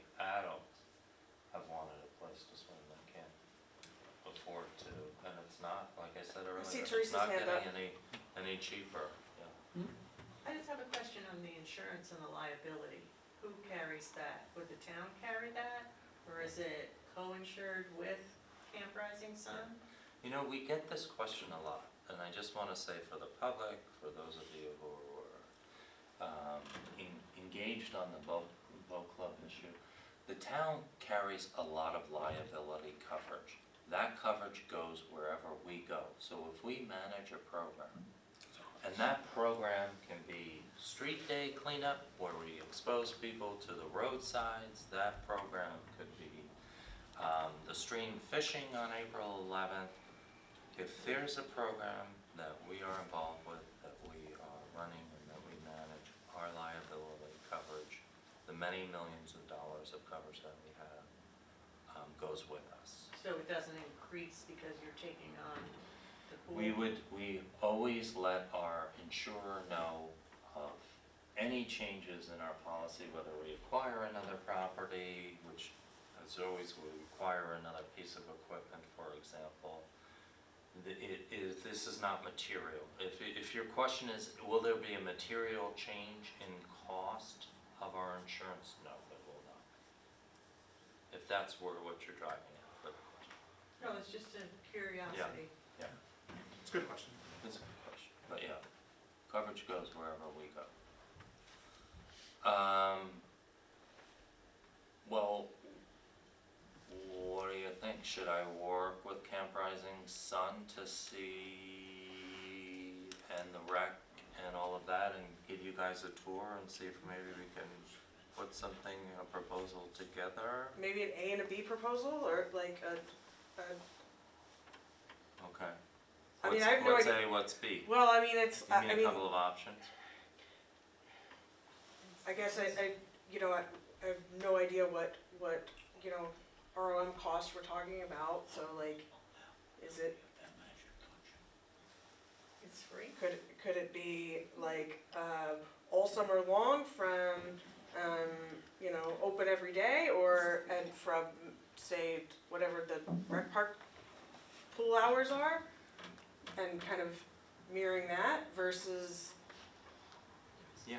you know, So you want some options? Yeah. some options, great. or weekends, or, Great. 4 o'clock to Great. 9 o'clock. I think that's good. We get a sense of what. Should we talk to, maybe we talk to the, rec park, pool people and see what peak hours are, to understand that, and that kind of could be an option. Mm-hmm. Yeah, their hours tend to be, I looked at that because I was curious as well. And I was surprised they open kind of late, I thought. So when the camp had it, they opened at 10. I think Rec Park Pool opens at I don't know. 12:30-ish. I think a lot of times they're using for the swim teams, right? But there are people that swim They're in in there the earlier. morning. Yeah. Yes, Yeah. they have lap swim. Yeah. They have dedicated lap swim Yeah. time.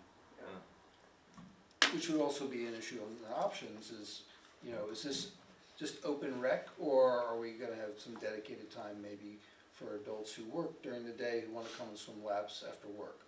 Yeah. I think it's all important that we explore those options. Well, yes, we should. I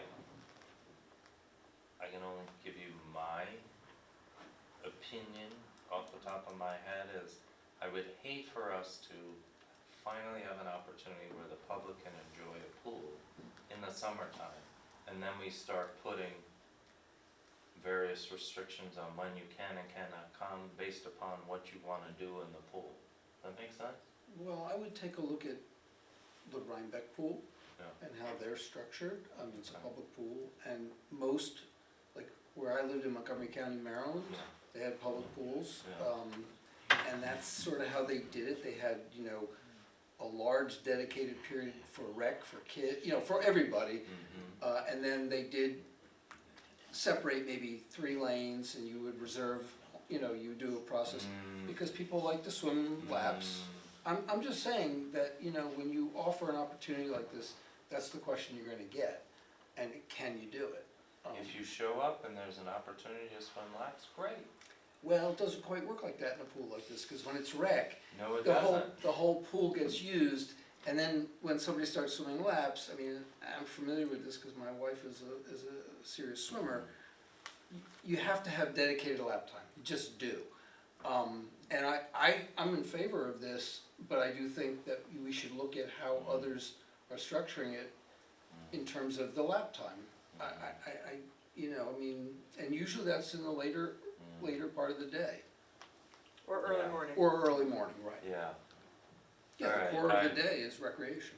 I need convincing, because the last thing I want is somebody to go to that pool and not be able to use it because somebody is doing laps. I mean, I think that the whole idea is that we're trying to fit a need Well, into the it that is the within rec a side website, pool need. works someone that wants to way. do laps and they can't do laps because it's not. Yeah. The rec park Yeah, pool that's right, has, you can't take up the whole pool doing laps, No, that's but maybe right. you just do a That's portion the of it. Yeah. Okay, You you could wanna set split it up You a could set a little few bit. lanes. yes, and Okay. they do that at the Okay, rec fair park enough, pool. fair enough, if we can accommodate everybody, yeah, great, okay. But I would hate to, like, people to show up and go, oh, they're all being used. Well, you just have to you have to communicate when Okay. those things Yeah. are, and listen, people who are serious lap swimmers, they know how to share a lane, the two they do, I mean, it's just like the pickleball, the people that are serious about it, they will find a way to make it work for them. But I think if you're gonna go this route, and this is really the right size of pool to have some lap availability, and you're right, Jacob, I mean, like the rec park pool, there were hours where like 2 laps are just Yeah. 2 lanes, and they put the things in the water so the kids don't go over into the laps. I mean, And I think this is a little bit down the line as far as like, I think it's something that would be a good no matter what. Like ultimately, it's Yeah. something like in terms of format. But I think that's something we can decide once we have a sense, if we're able to Yeah. visit and, Yeah, maybe do a little bit of research and see what other pools in the area are doing for the public. okay. Okay, great, exciting. Exciting, so we need, I need to get working, quickly, because, summer will soon be upon us. We will, so first thing I'll do is I will get back to the foundation and say, hey, yeah, we are kinda interested, but we have to put the pieces together here, and we, would wanna maybe posit a couple of options to you, and you could price it out for us, and then we'll need to do a budget for lifeguards and so on and so forth. Okay. Alright, I got my marching order. Anything else before we go on that? Good. Lap swimmers, I married a collegiate swimmer. I have VHS tapes of all that family going back, and you can't even see who's in the pool, all you see is the. It's just splashing. Okay. All right, let's do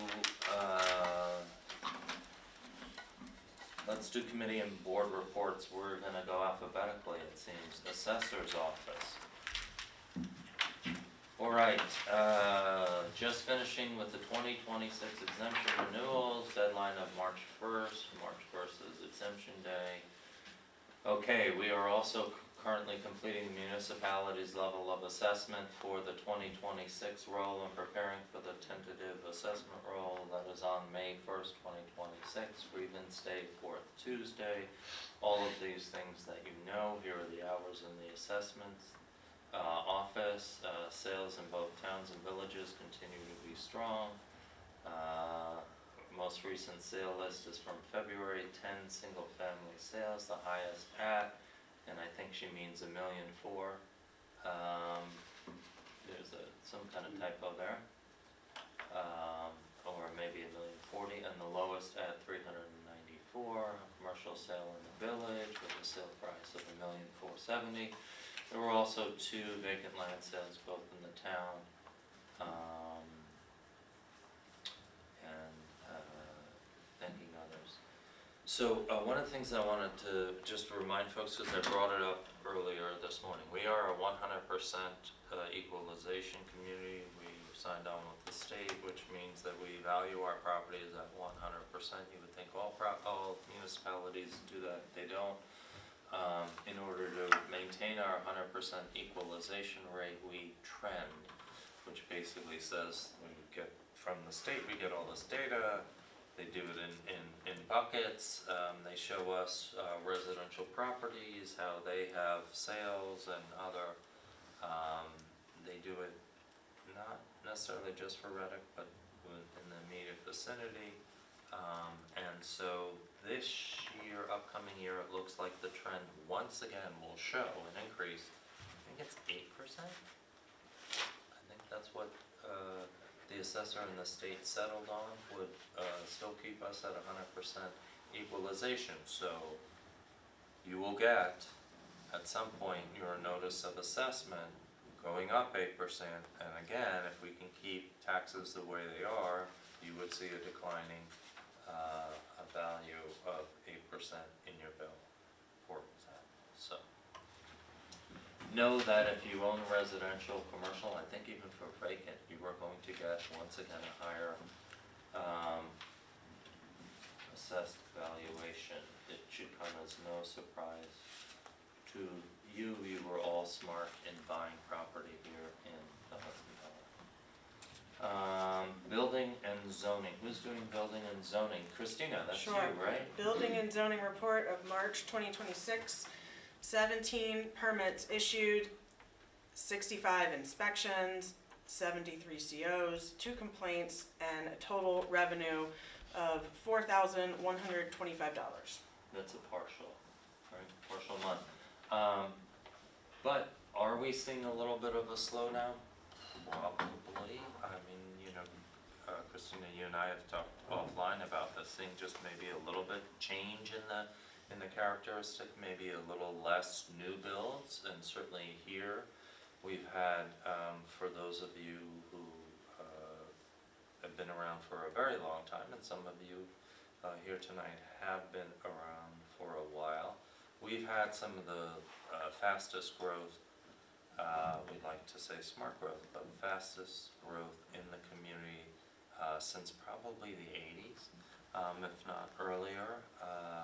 We, over the last, and I've shown you that bar chart, had single-family homes well over 150, I think, in the last 4 or 5 years in this community, helping to drive up our tax base. Our tax roll will exceed $2 billion in this new roll.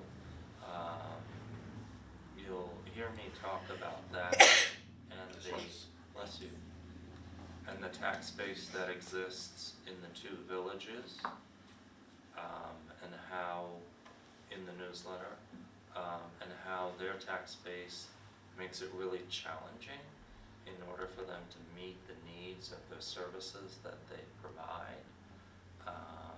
Much smaller, our 2 villages, what their tax base is, 300 and something million for the village of Red Hook, and under 200 million, maybe just about to go over in the village of Tivoli. By contrast, the single village of Rhinebeck has a roll that's over $800 million. So makes it a challenge to provide the services going into this, high inflation years that we've experienced, healthcare, so on and so forth. So anyway, that said, it is reasonable for us to expect that we will see less new single-family new home construction. Let's get that workforce affordable housing thing going on Cookingham. That will help matters, but we should see a decline. We're not seeing a decline yet in renovations and so on and so forth, but just managing expectations, because every single one of those 102 lots in Tradition is sold. The whole project's sold out. It's being built out. It's been a model that's being used in a lot of communities. And the developers, getting lots of awards, not just for that project, but for the big Eastdale project down about 25 minutes after this, so. Okay, I am rambling, so I think I should stop doing that. But just again to talk about building in our community. Okay, Highway Department, and Teresa, thank you for being here with us tonight. We have our highway superintendent with us. And I must admit, I have not had time to look at the request for the purchases yet, but Jacob, Teresa, Yeah. who's Since doing, you're here, would who's you like doing to- it? Yeah. Would you like to speak Who's about, doing it? we have both the March report and then the end of year report. So I think maybe we could start with March. There's a request for authorization for 2 pickup trucks. I don't know if you want to talk about. We're What's due that? to replace 2 of our pickup trucks.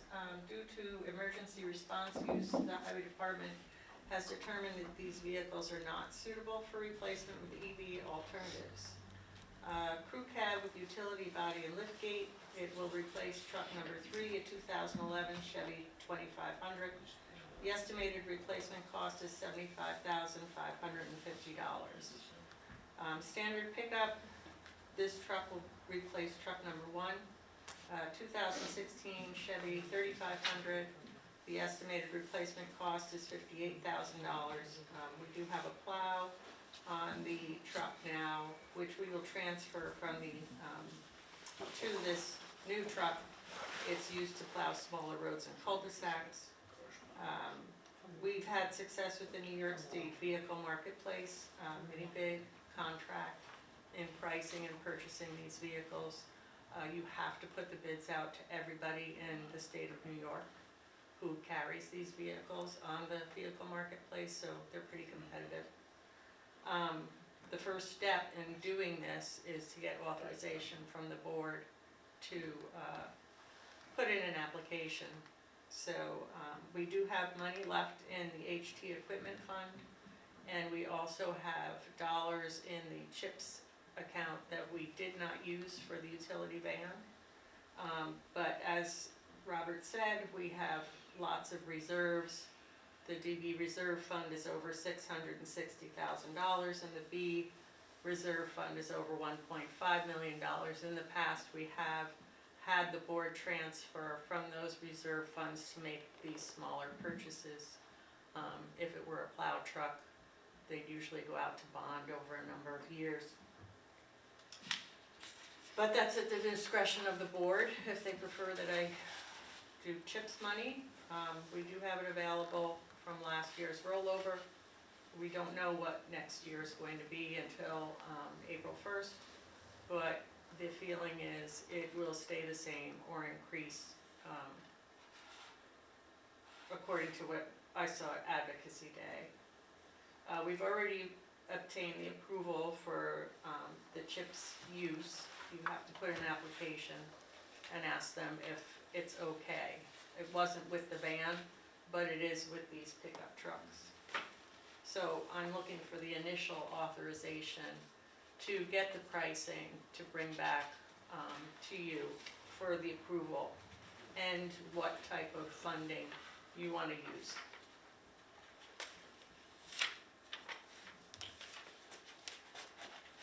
I have a question, Teresa. It's not an apples to apples comparison, but perhaps because I don't know the market for these trucks, but from an emergency response perspective, I mean, the ultimate emergency response vehicle is a police car. And our village has a fully electric, a Tesla. Police departments across the country, as well as state agencies, and even before I retired from the federal government, we bought a fleet of fully electric police cars. I'm just curious, that argument for me, I don't understand the kind, because I don't have a pickup truck and I don't drive that kind of car, but are there not pickup trucks that have caught up in the technology for emergency response the way police cars have? No. Why, what do you mean, no, why? What part So of in that? research that I've done, Yeah, everything that you do with a pickup truck will reduce the range. So Yeah. if you're plowing, you're going to reduce the range. If you're carrying cargo, you're gonna reduce the range. If you're trailing, you're gonna reduce the range. Cold weather Well, that always reduces the range. reduces the range. In my opinion, we're looking for equal to or better than what we already have. And in my opinion, an electric vehicle will not be equal to or better than. Okay. Response time is important. Every minute counts. You have to plan when you're charging your EV vehicles. And if you're out there and you don't know what the range is going to be, then you might get stuck out there. So I understand that the board intends to replace the entire fleet with electric vehicles. And if and when they're ready, that might be my opinion too. But right now, I'm the one who's responsible for getting the staff out there meeting emergencies.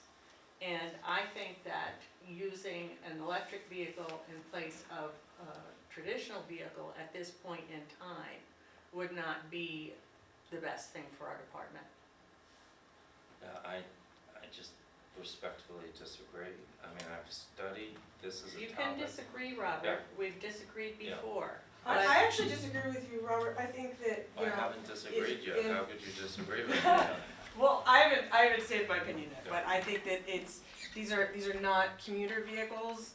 I think the last purchase of an EV vehicle, we talked about that was a lighter use vehicle, and I think that,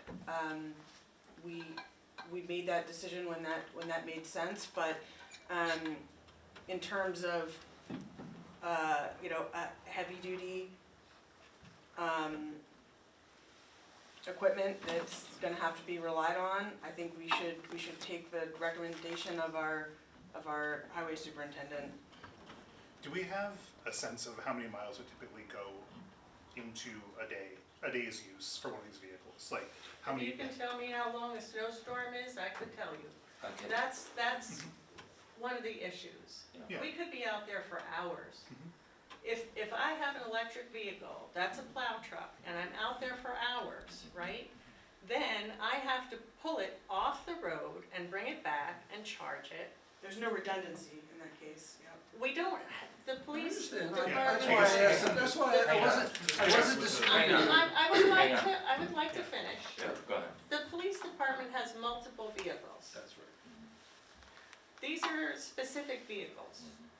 The utility truck carries the chainsaws, carries the crews, takes them out there. You know, you're clearing the roads. You don't know how long you're going to be out there. The plow truck, the same thing. If you had come in a plow truck during operations and see that you have to go back and forth 15 times to clear a cul-de-sac, and every single time you're pushing that snow, you're reducing the range of that electric vehicle. Yep. And you're not gonna know when it stops working. What happens when the power goes out? Does the fast charger work when the power goes out in town? Yes, because we have a generator. The fast charger? Yep. I was under the impression that the slow chargers are hooked to the generator. And again, I'm responsible for Sure, making sure. sure that my department Sure, operates properly. sure. You're responsible for saying, we have the money to spend on the equipment that you need. In this particular instance, I don't think that we need electric vehicles. I think we need traditional vehicles. I don't think the electric vehicles are equal to or beyond the traditional vehicles at this point in time.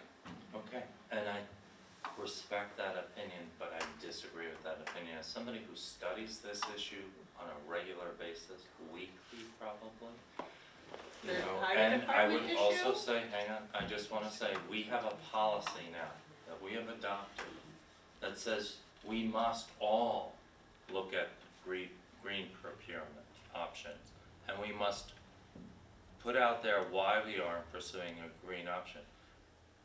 There are pickups, and by the way, this is a myth, and the reason why I think it's important to respond is because oftentimes in emerging technologies, there are myths out there about, you know, there was a time where people said, don't plug in your phone because it's gonna start a fire, right? And you're never gonna use a phone, a touchscreen phone.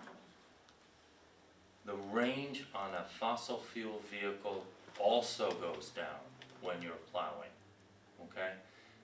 A lot of these trucks don't get anywhere near, I think it's this Chevy Silverado, which now gets 440 miles. Now, reduced in the cold, you're plowing, even if it's 200 miles. Are you suggesting that you would have in a shift that truck going more than 200 miles without having the time to go to the fast charger to increase that? The torque, the thing about electric vehicles, and I think Bill's point is that if you're going to quickly wanting to get somewhere, whether you're police or other emergency responder, the torque of an electric vehicle is well beyond what a fossil fuel vehicle can do these days. Fossil fuel vehicles are poor performing vehicles relative to electric. They're not as reliable. Now, I know people say, well, I heard that the school bus or whatever, but the technology with batteries is developing and has developed considerably from the time when many of us got electric vehicles in 2017, but it's a whole decade later now, and they're much more reliable. They stay out of the shop, right?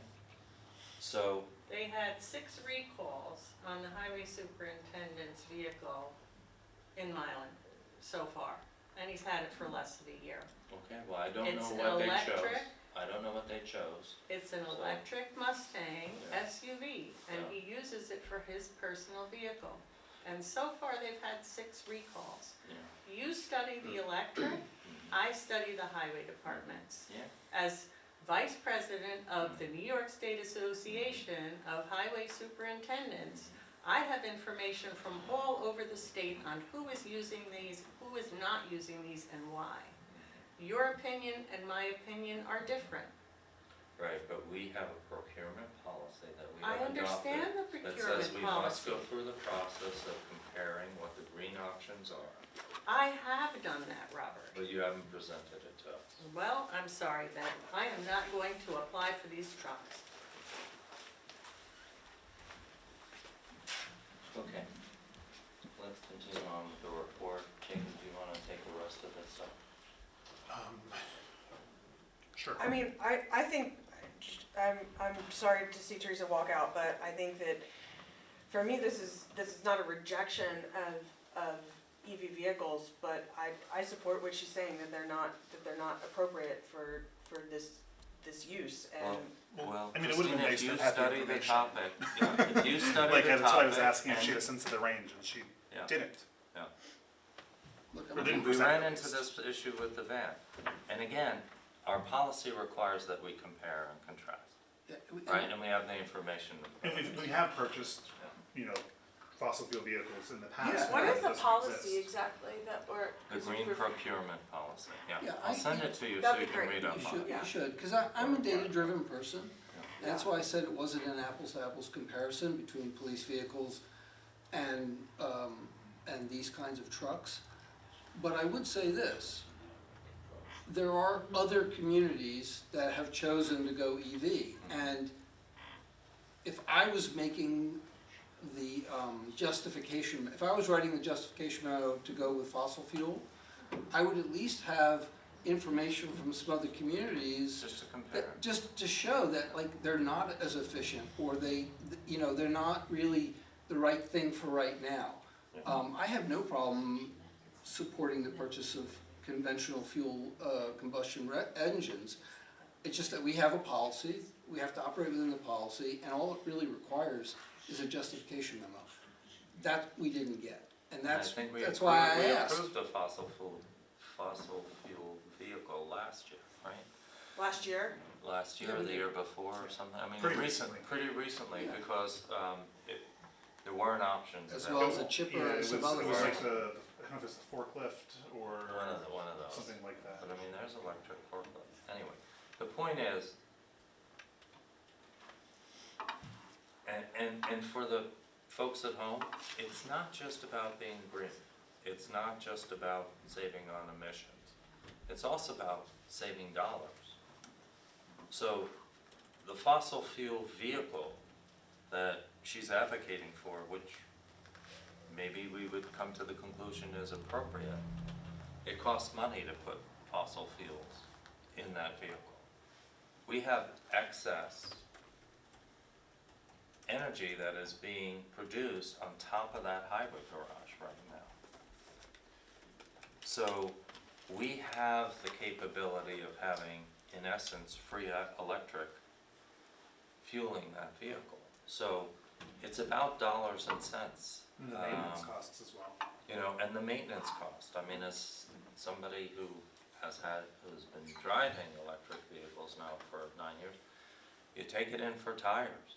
I mean, yes, she brought up an example of, and I would never, no offense for it, I would never advocate for, a Mustang, although we do know people, right? One on the water board, by the way, who has one of those, right, who drives one, but, that's, whether it's fossil fuel or electric, whether it's emerging technologies, you have to look at who has the dependable models and reliable and So besides that, what would be the process in moving this forward? What would we, like any other action would We'll we? send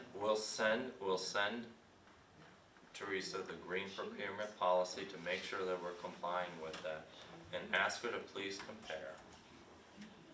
And Justification memo. And that's it, and to try to, I know it's extra work, it is, but these are important issues. Saving the taxpayer money, saving on emissions. This is why we've set up a resilient and a sustainable municipality here with charging stations. Look, building and zoning has had that truck 5 years, 4 years? Has it been 4 or 5? It feels like 4 or 5 years. It's been totally reliable. My It's a question, pickup truck, my right? question though Totally reliable. is like, apart from whether it's EV or not, and she's saying she needs new vehicles, would we not consider, appropriating those funds and then reviewing it? Isn't that kind of what would be the next step in? No, we would look at the requests, and then we would decide if we want to appropriate those funds for the purchase, Or authorize the bidding. authorized Authorize. to go out, but it also, we would need to know whether it's buying salt, whether it's, and she's, we've had some correspondence from the county on piggybacking related to salt. We need to make sure that everything is done in compliance with our procurement policy, so.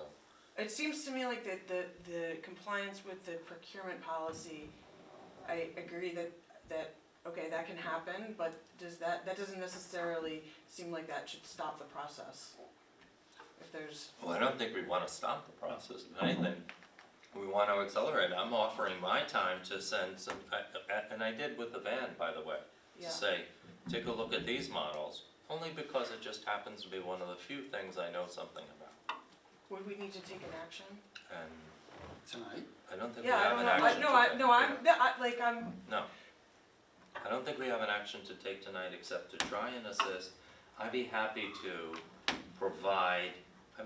take out the time to provide what I know to be the electric options for her to at least put in the comparison, so when she compares and contrasts and says, I still wanna go with whatever, she would at least have And the she- benefit of my little bit of And knowledge she related. she has done that for us in the past.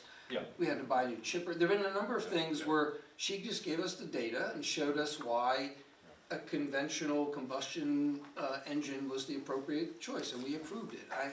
It's just, we did as a board approve the green policy, and you need to be able to justify your actions. It's kind of like a sole source contract. I mean, you just have to say why it's the right way to go.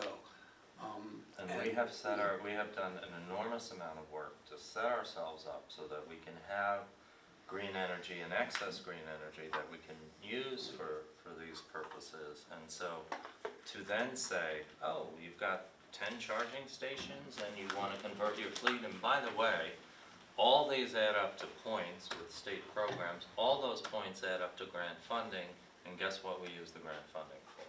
More things to keep our footprint. I mean, you look at this building is nothing like the building that we inherited 10 or 11 years ago. We've converted away from fossil fuels, we've insulated the building, it's got solar on it. So, yeah, I think it's, and I'm very in touch with our community and how our community feels about all this stuff. And not everybody agrees on everything, no matter what it is. But our community is very much in favor of trying to reduce emissions, air pollution. Now, we had Eli Duker in here talking about air pollution, right? Yeah. From BARD last year. And so what people don't realize is an exhaust is an exhaust that we all breathe in. And if you have the opportunity to remove exhaust from our community, especially the town of Red Hook, where most people are just passing through.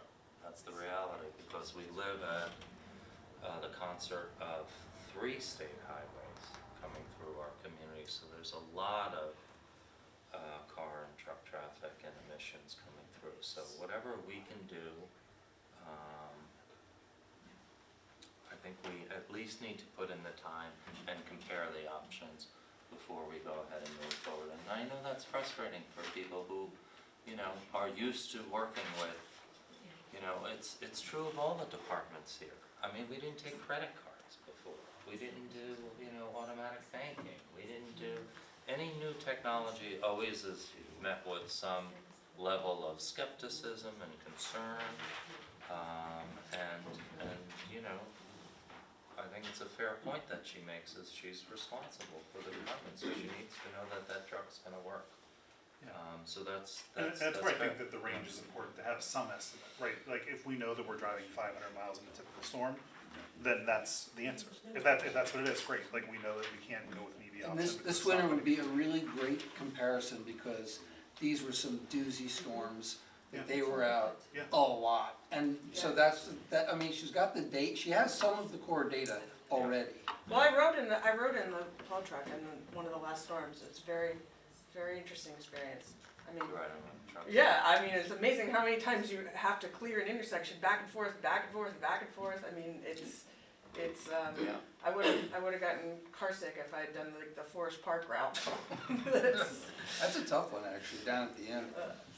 But yeah, there seems to be a lot of knowledge there. All right, so I think it's incumbent upon us to, and now me, since I know some of this information, I'll try to put together in the next few days the options that I at least am aware of, and then we can see what's available through if the state has anything on contract there. But when she says the first step in the process is authorization from the town board, are you saying that we need to make the decision whether it's EV or not prior to Yes. that Yeah, authorization? because we Yes. authorize for specific. Yes, we Okay. we have to, because we have a procurement policy, and Yes. there is a green procurement. It's just like the state sole source Paragraphs in there. policy, which says that contracts over a certain amount of money must go out to bid, but there are some provisions that allow for sole source awarding when they're the only one that makes the thing. It's a similar type of thing, so. Okay. And we're looking for comparable for the green procurement, it has to be, We have to certain have, metrics there, so in but- other words, we have to have the specs on the thing that we're authorizing, is what you're saying? We have to have the Like- specs, but we have to go through the process, Christina, of comparing the green procurement options that are available. Versus what she wants. Whether it's a vehicle versus what she wants. Versus If we what she don't go wants. through that comparison, we're not compliant with our policy. This is a way to put a structure in place so And once that we all all- purchases. Right, I guess where I'm confused is just in terms of our, like, the structure of how we do things, like, for example, with the water tower, how we authorize, it to go out to bid, there's moments when we're authorizing more information to come back in. Yeah. And this isn't one of those, so if This when isn't. we're authorizing it, we're done. Because this is this Okay. is a procurement, it has to comply. Yep, understood, thank you. And she, you know, she told us the amounts of money and what's being replaced, but she hasn't told us what she actually wants to replace it with. And if she had that data, then there, I didn't see a brand and a, Well, I thought so, I Yeah, thought Was there it twenty there? twenty-six Chevrolet CK yeah. Oh, 300. okay. It's a Chevy, 3500, it's a Chevy. Okay. oh, it is? Okay. yeah, I saw what was being replaced, but I a didn't crew see. utility. Okay, Replacement, okay, 75,000. all right, well, it shouldn't be that cumbersome. all right, so there's also an end of year report there, Yeah, so there's a summary of the work that the highway crew has done in the past year. List of duties, highlights for 2025 include major construction on Jefferson Road, Adams Road, and Woods Road, distance of 1.35 miles.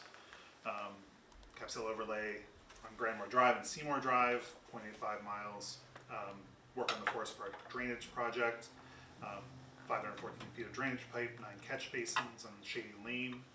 Had a lot of conversation about Forest Park, so it's nice to have some of that project completed. Like, yeah. I'm sure it's gonna be ongoing, but I appreciate the highway department's work in making improvements there. Maintenance, there were 27 winter storm events in the 2025 calendar year. 210 feet of culvert pipe was replaced on 3 roads. Dangerous trees removed in 47 locations. Clearing, maintaining, and replacing catch basins, mowing shoulders, the equivalent of 240 lane miles. Patch paved roads, asphalt, training, shared services. They helped with the e-waste recycling event, and coordinating with the CAC. I know that Lori's always very appreciative of the work of Teresa and the crew for that, so, and then the purchase of a chipper truck. So there's some photos and logs here. You know, as always, we appreciate the work of the highway crew, especially given this past winter and how, you know, heavy it was. That's the truck I was referring to, the chipper truck, which was purchased for $167,000. These pieces of equipment you live with for many years, as you can see, the way it was. So these are decisions that are not just for particular year. This is Forest Park. I'm very happy that we were able to fund this retrofit. This is the future in America. There's all those subdivisions that were outfitted with insufficient storm drainage systems.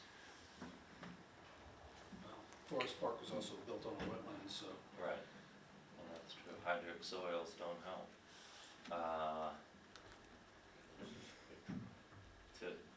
Tivoli is the capital of hydric soils.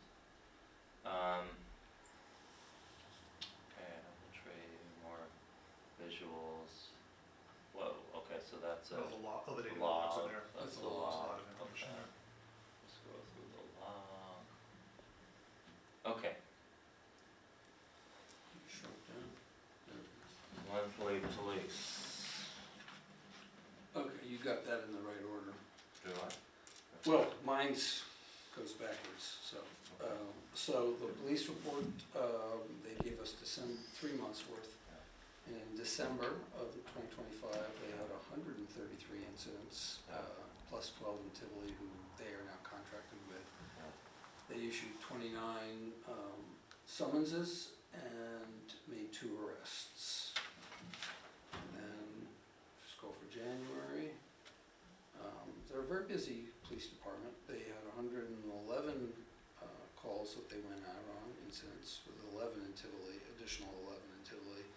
They issued 24 summonses, and they've been trying very hard to reduce the speed of drivers. They issued 1 parking ticket and they made 3 arrests. And then in February, they had 106 incidents, but don't forget, February is the shortest month of the year, with 10 in Tivoli. They wrote 27 tickets and made 5 arrests. I have asked Hildebrand, the mayor made a reasonable request in the past. Our reports gave a list of every type of incident and each location. And for good reasons, they didn't want to have the locations. Privacy, yeah. But I did ask if they could, if it's it's not too much work, to at least give us the categories and how many. Because I think people don't understand the breadth and diversity of the things and calls they go on. And I do generally try to make sure the public understands that like wellness checks are a common thing, and they've saved some people's lives in this town. So, you know, people call 911. When I said a police vehicle is the ultimate emergency response vehicle, that's the first call that goes out. And just for the record, as someone who has procured police cars, they are not commuter vehicles. They may look like a car, but they are not built like a car. And they also have a reduced battery range because of the nature of the way they're constructed and the amount of power that they have to use. But, you know, I would like to, I'm hoping, Pat hasn't gotten back to me yet, but he will soon, about, because I don't want to give them more work to do. In the past, they just printed a report, and it gave everything, maybe a little extra for them. Because it had it broken down by category previously, so. Previously, but within each one, when he printed out the report, it gave each location. Yeah, And it's fair not to, you know, sure, if there's not a way to easily do it. yeah. Because it does include things like, like the schools, right? For Yeah. example, like, that's maybe, I don't know, a dozen or so. And Yeah. every report was Yeah, something like there's, that. you know, instances of schools, I mean, and, you know, and there's some things that are, some people might view as, not so serious, but then there's some that are very serious, and some that appear not so serious, but when they arrive on the scene, they are in fact very serious. So it's one of those things, I've had to, in my career, work with small police departments who've assisted my agency on a variety of things, and I can't say enough good things about the Village of Red Hook's Police Department. For their size, they do a really, really good job. And it's not an easy thing, it's not an easy job, and a lot of people don't like you. So, you know, I really want to compliment them, and having a report that had more of those things to be able to talk about helps the public understand just what their job is about. So those are the 3 months. And they're having a hard time keeping people. Yes, They have a very small tax base. who is the rec department? The rec department, I think it's, Who got that? I'll do that. You wanna do it? Jacob, do it. you're the liaison. I thought you wanted, No, I you thought are. you were saying you wanted to do No, I'm it. saying you. Oh, okay. Oh, sorry. Summer rec programs. To add activities to the programs that are attractive to the participants, we purchased the following. Cornhole, we'll all be there then. Knock hockey. Oh my God, it's like everything, Bill. Everything when we were young is coming back and going, right? 12 pickleball paddles and pickleballs, tumble tower, flag football, giant soccer ball, giant 28-inch soccer ball, soft lacrosse.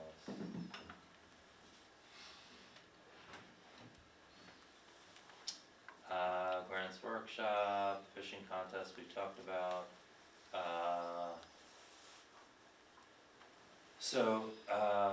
You know, that's the thing that I was thinking about when you were reading off the reports of all the incidents, like, how could we have so many incidents that you couldn't get around this winter, it was so damn bad, but, yeah, you talk about this when it was difficult for them to get access to some of the equipment they had in the rec park, because of all the snow. Tennis nets, so the nets are up, you're playing tennis, you're playing pickleball, they're all up there. I actually played last weekend, pickleball with my daughters. Windscreens, so we've got some windscreens coming. The school has they've already had a game on our fields. Snack bar, garbage and recycling containers, blah, blah, blah, staff, pickleball program. So yes, we wanna once again, thank, the managers of the property, Eddie Parker Center, we completed our 3rd year now. utilizing that state facility, another great example of a public-private partnership. We have had from November this year, I think extended through the end of, what'll be next week, the 31st will be the last time to play indoors pickleball, and as this winter demonstrated, we really need to have options for people of all ages in the wintertime for activities that they can do. And we had over 200 people, I think, about 160, 170 people sign up, yeah, for indoor pickleball there. We hope that relationship continues, because we don't have another indoor place for pickleball, although I will note the Roland property there has indoor soccer. It's a modified space. I have not been inside indoor soccer, but they also apparently have 2 pickleball courts now as well. So there's an option. There's places in Kingston, so pickleball is taking over. Walking tracks, Gillingham trails. Christina, you referenced that we have to do some maintenance on the trails. We Yeah, do. if we could just pause on this one for a Sure. second, because I think it relates to a bunch of things, but I read this report. It brings a question that I was asking last meeting when we were talking about Camp Rising Sun. We said, oh, we're just making trails, and they're just trails. And what is the detail of the trail? Oh, it's just a trail. No, it's just some stone dust.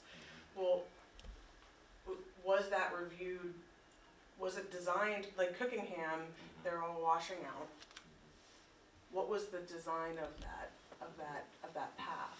Was Yeah. that something The that, engineers were involved in that. okay, What's very different about Cookingham versus Camp Rising Sun is Camp Rising Sun is more like a pancake, and Cookingham is much more like a bunny slope sometimes. There are so a was couple- there a contractor that installed?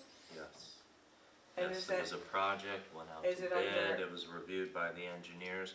We did know that we might have to do some follow-up drainage.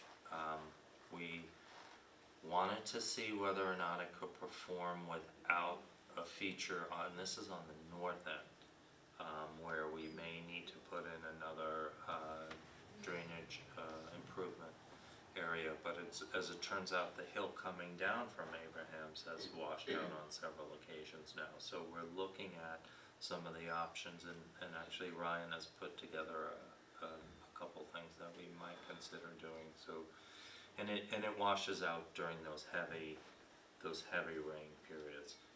We, like oftentimes, so we have an engineer, the engineers are looking at the design of the paths again. again, because we knew that putting stone dust on it, so we got the property the way it was. These were farm paths existing. We did not want to eat into any more of the agriculture. We did not want to create paths anywhere, and there's just a natural contour there.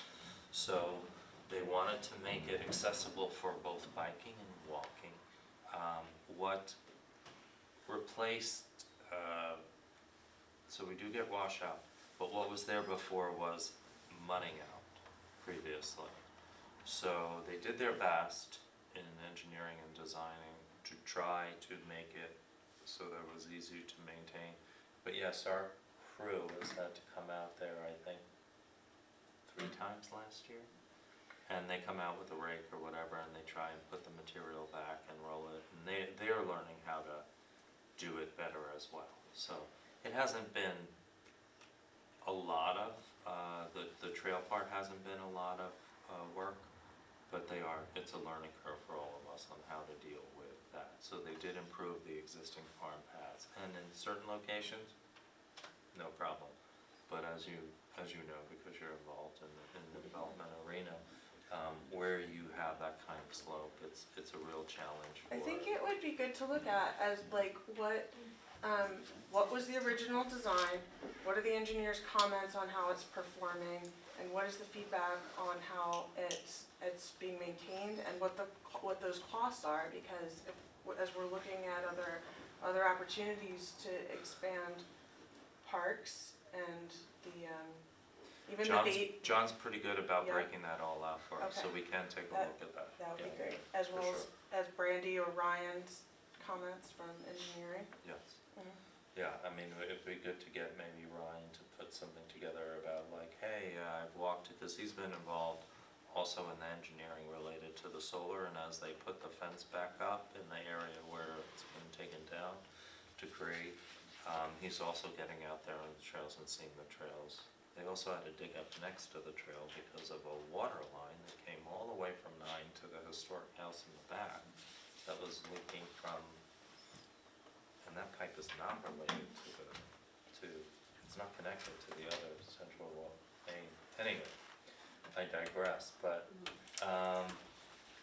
yeah, we can get that breakdown and Great. then we can look at what we can do to make it easier to maintain. Alright, park opening in the spring, that's already happened. Counselor job offers, he's sending out job offers to the former counselors. We've had great counselors in the past, hope that continues. There's a requirement he puts in there, that just so folks know, you have to do a counselor for every 12 participants. We are Board of Health inspected and approved each year. Tree committee bench for the trail in Rec Park West, so they want a bench over there. So that's something to consider. The bench would match 3 Keystone Ridge designs,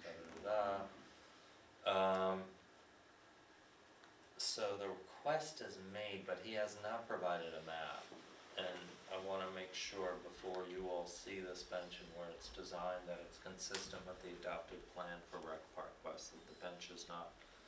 I love benches, I love trees, but you know, when we go and we put and dedicate, you know, you're sort of, it's almost like sacrosanct, you know, you're stuck with it where it is, pretty much, and so, we wanna make sure it's consistent with the adopted plan there. Parking lot striping, paint, so like everything this winter, the beginning of, especially on the south side, you know, the north side, we redid the parking lot. On the south side, the entrance there's some potholes, so that needs a little attention. Summer playground, the offerings, sign-ups are happening June 6th and 13th for the summer programs, and they will have I think it's pretty well along the list of what the programs will be for the summertime.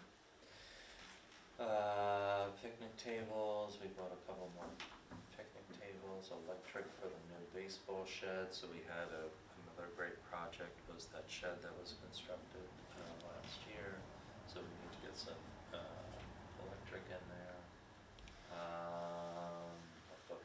Restrooms. Received complaints about the lack of restrooms at Rec Park West. Yes, we look to further develop out that property. We'll be looking at grants for that.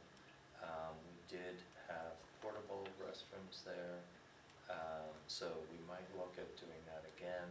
We might need to increase that budget line. Field scheduling, that's not our issue. Benches for Clifton Lake Trails, yeah, there was a request to have a bench there. That's a little trickier, because don't forget, some of those trails will actually belong to the farmer who purchases the farm. There's a public access easement throughout those there. Fence repair, one rail was broken. There's sections that have to be replaced now because of the solar. What was taken down, they'll be there this week to work on Friday, as a matter of fact. Fishing contest. Oy, I feel like I've said all this already. This almost looks like it's repeated. I think that's good. That's a good, yeah. That's enough. Tree preservation, Right, so we have, gonna get going. 2 months worth of tree preservation commission works, or, meeting reports. One from February and one from March. They both cover some common topics. We have a recertification application for Tree City certification, which we received back, including 2 new signs, 20-year stickers, and a new flag. We're gonna be getting more materials soon about the 25 million tree initiative as well. That's gonna be a focus of Arbor Day, whenever that comes up next month, on April 25th. There's some notes here about the bench that we talked about, so it might be helpful to connect with John and maybe hop to see if we can just get a map to see where Where they're thinking. an overlay of the plan, make sure it's not in the way, yeah. Yeah. Trees for the Arbor Day free giveaway have been ordered. Handouts for the Arbor Day Foundation, from the Arbor Day Foundation have been ordered. That'll be for Arbor Day as well. Spring tree planting sites were finalized, including Bud's Corners Road, Pitcher Lane, Rec Park West. For the March minutes, we had some progress on the tree inventory project, so there were some rubrics that were shared that'll be used to, measure the trees and evaluate, how they're doing. The committee's gonna be getting some diameter tapes to do some measurements and things like that. They're pretty affordable. I think that's most of it. Milrose School nature outings are being scheduled for the end of April. Those happen annually. And there'll be a few days that they'll go, I think, the 5th grade classes. So that's coming up. And that's about everything for Tree Preservation Commission. Thanks again for all their work. They're doing a lot of maintenance for trees. Okay. The water department. Water everywhere. Unfortunately, I missed the last meeting because I had a conflict. I usually make them. But I do read the reports, and there's nothing that stands out as really much different than the last few months. I will point out that the well capacities for the pump volumes for well 1 was at 42 gallons per minute, and well 2 at 96. I just signed a voucher for Ty and Bond. We are going out to bid for a well rehab on well number 1. And both the wells were rehabbed 3 or 4 years ago. And it's unclear why, and they can generally pump over 150 gallons per minute if we needed to, but it's unclear why the capacity for one has dropped. The only good news is it has been consistent. It hasn't gone all over the place. It stayed steady, and that's certainly more than enough water for the areas that are served. But we're going to get that rehabbed, and then based on the rehab, there may be some additional things that have to be done. All the testings are done. We have great water. Our aquifers are exceptional, and there are a few homes that have had experienced some dirty water for one reason or another, and they're on top of that. That's in the next page, I think. And those are supplies that they have to buy on a regular basis. There's an issue on Linden Avenue. When they built that community, what was actually the sample house for that community sort of sits at the end of where the water, it's sort of like a dead end. And because of that, things back up. And so initially we were going to dig it out and put in what's called a flushing hydrant, which would allow residual sediment and other things to be flushed out. And we have been trying for the last number of months to get the contractor to come and dig it out, but it's been cold, the ground's been frozen solid. And now that we're about to do it, they're looking at potentially some other alternatives. But other than that, it's pretty steady. And they're mostly, what's not on this report, because this is really the water department and the delivery of water to our current customers, what's not on here is, what's taking up a lot of time is dealing with the tank. Yeah. That's where we are. Okay. Well, and that reminds me, I think we had some correspondence from a resident in Willow Park, right? You recall that presentation we had on potential establishment of other water districts. The village had through, we'll call it some sort of handshake agreement, been servicing the neighborhood Willow Park, right? You're familiar with where that is, behind the car wash and the bagel shop and all of that. And so a resident there wanted to know about a hydrant belongs to the village's system, but it's in the town. You know, we can't connect, we don't own any of, we don't own and nor can we do anything with that. And, you know, the village has been charging those residents the 2 times rate, presumably in order to accumulate funds so that when something does need to be replaced, they have the finances again, but I can't imagine that they've got reserves set aside for when and if those days come. But, you know, again, it goes to that issue of the tax base in order to support these types of services.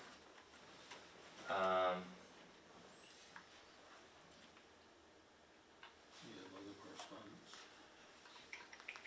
She mentioned. Oh, yeah, did we have any other board reports though? No, it's not. Anybody? Okay, so it would not be a Wednesday night unless we introduce Dolly Parton. So our Red Hook librarian, I think I mentioned, wrote to us about a program that is grant supported, although my understanding is we would not be in a position to get any grant money initially, would not qualify, there's a threshold thing. But for the folks at home, it relates to, it's a book program essentially.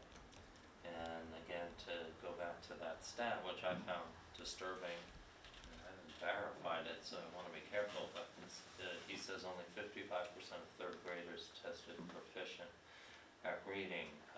To better support students as they enter school, our community needs an impactful and cost-effective way to support early childhood literacy and ensure our children have the foundational skills to succeed academically, socially, and emotionally. So they would like us to become, us the community, a local program partner of Dolly Parton's Imagination Library. It's an initiative that delivers a free monthly book to children from birth to age 5. This helps children and caregivers build an at-home library, which increases interactions with books, fosters the love of reading, contributes to literacy and future academic success. As a partner of Imagination Library, we would, if we did pursue this, enroll eligible Red Hook children and pay 50% of the cost of books and mailing at $2.20 per month per child. Our goal is to enroll 195 children, which is 65% of the eligible population. The average enrollment for Imagination Library partners. With your support, we project a gradual build to our goal in the coming years. Red Hook has around 300 kids who qualify. Our library would take care of all the paperwork and enrollment as well as manage any issues that registrants face. We can start whenever. The program can only support registrants by zip code. If a zip code crosses town borders, the library could potentially reject those applications who live outside the town, blah, blah, blah. Happy to join the meeting, and I think this was his estimation of how it might roll out, and the costs associated with it.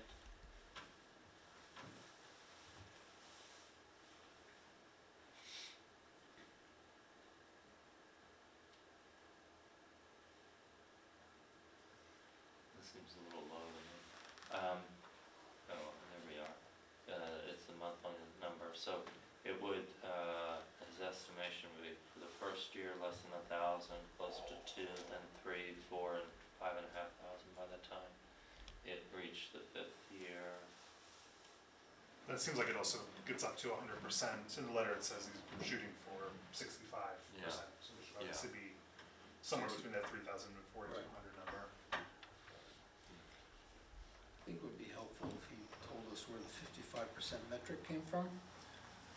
Are we testing 3rd graders universally across? I mean, I know the Red Hook schools, I follow where they are in terms of against state standards. But are we testing 3rd graders? I don't know. Again, I don't. It would be I helpful. haven't I was coming verified from somewhere, but. It would be Right. helpful to know, Yeah. because statistics are statistics, and, Yeah. you know, the metric came from somewhere. Yeah. It's not a big ask, but I still, you know, like you, when I saw 55%, I was, raised my eyebrows. Well, that's, yeah, it's concerning.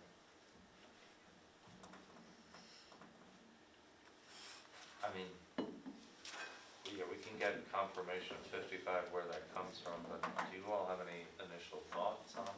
So he's asking us to approve like less than $1,000 for a year? That seems fine. Yeah, it's not a big That's- ask. It's not a big ask, To books are help great. kids read, yeah, no, it's not a big ask. You know, I know Christine and I and you are parents of children, so that's, but his justification raised a question that sort of, I'd like to get more information about. That's not gonna be the decision maker for me on the approval of the money, I just think The it's, status. yeah. Yeah, I'm also curious whether they're making the same ask of other local organizations, foundations, things like that. On the quick start guide, it lists some common financial supporters. I mean, I think the town would probably be able to contribute a meaningful amount towards this, but I don't know if they're asking, if they sent this to other people as well. I'd be curious to know what the actual dollar amount they're asking for. It's- Seems like a great idea, great program. Yeah. Seems very cost effective, $220 per book delivered. I'm curious. Yeah, it's like, how are you doing that? Yeah. No, I agree. I'm just sort of curious how this is going to dovetail with, you know, the governor's initiative, right? You all have been reading, following along what's happening, Dutchess County's pilot for the state program? No? No. Oh. Okay, Tell us so, what is it, the 2 to 4? 2 to 4? Yeah, there's a pilot program for preschool. Oh, that's the the Oh, pre-K program, I read about that, yeah. Yeah. Dutchess County, I think Ulster's joining in, Putnam. If I have some of that wrong, I apologize. But basically, Governor came down to Poughkeepsie to announce, working with our county exec, to pilot this initiative here. I'm just curious if it, It doesn't seem like, Materials it are doesn't seem like or it would whatever. conflict. It seems Different like it'd be cohort. something that, you know, you know, if you're covering 0 to 5, there might be Yeah. some overlap, and it doesn't hurt if they have no, extra no, no, books. no. Hey, stay-at-home dad here, for the first 2 girls. Taught them to read with Stickum, actually. I think it's great. You know. Okay, what do we wanna say? A little bit more clarity on the ask. I mean, it'd be nice to have an idea about where the I'm- 55 number comes from, but I feel like I'm fine. I'm comfortable going forward I'm very with it, comfortable but- going Yeah. forward. Yeah. I think I it's, agree. cover the whole thing. yeah. And if his goal is 65%, it's 65% of 5,000 in year 5, I mean, that's I mean, still, If we get up to 100%, great. yeah, If we get every child enrolled, great. but that ain't gonna happen. Who wants to make the motion? I'll make it. Thank you, William. A motion to approve Libraries request.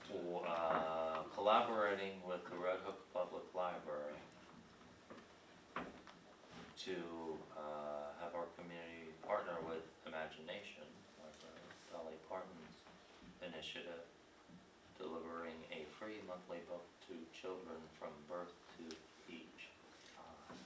Start whenever. And what's that? To start whenever. Start whenever, but in utero. Okay, well, I mean, come on, people talk to their kids. Well, I would also just point out, you know, the governor's plan, Yeah. the town of Red Hook has had a pilot, and they've been expanding it for PK to offer pre-kindergarten. And they didn't have enough space or teachers, but now, I mean, it was on a lottery Well, basis. this is childcare, this program. This is for childcare, pay for childcare. I know, but for PK in our schools, Yeah. which is essentially functions the same way, to have a full day of pre-kindergarten, Yeah, they're getting there. and I think that, you know, so I think in some ways, from age, well, PK starts, what's that, age, kindergarten starts at 5, right? So they were having 3, the PK was at age 3 and 4. So, you know, we're kind of a little bit ahead of the curve in some ways. We just didn't have the capacity in our school district to be able to offer it to everybody who's on a lottery basis. Now, they're doing better, the chances of getting in are much higher. But I have neighbors whose kids are in it, they're in it. Well, I would hope we have capacity, physical capacity. We must not have had program capacity because the enrollment is 60% of what I moved in. Yeah, no, I know. Three out of 4 households don't have a child in the school system in Attleboro. And that's pretty consistent statewide almost now at this point, just demographics of households being what they are, 2.7. So I think you made a motion to. Bill made a motion, I'll second it. Any further discussion? I'm glad he brought it to our attention. Thanks to Alex in the library for finding the initiative. I think he's gonna flip his lid when he finds out we all approve it. He's gonna be, wait, you did one. Yeah. Okay. Christine? Aye. 4 ayes, okay, thank you. And Bill has offered to read all the books to the kids. Thank you very much. That is all we have for tonight. I want to thank all of you for coming here tonight. Enjoy your holiday, because there will be a holiday between now and when we Next week. see you, whatever that holiday is that you celebrate. April Fool's Day. There's, rumor has it, there's a little yellow ball that's in the sky there that occasionally wants to come out and play. I hope you enjoy that. And at this time, I'd like to make a motion that we go into executive session to discuss a matter under negotiation, the disclosure of which could materially affect the price. Second. Thank you. All in favor? Aye. I think that's at least 3 ayes. Christina, you want to? I said aye, Oh, yes. okay, sorry. Again, thank you all. Stay healthy, please. We got through the winter. If we got through this winter, we can get through anything.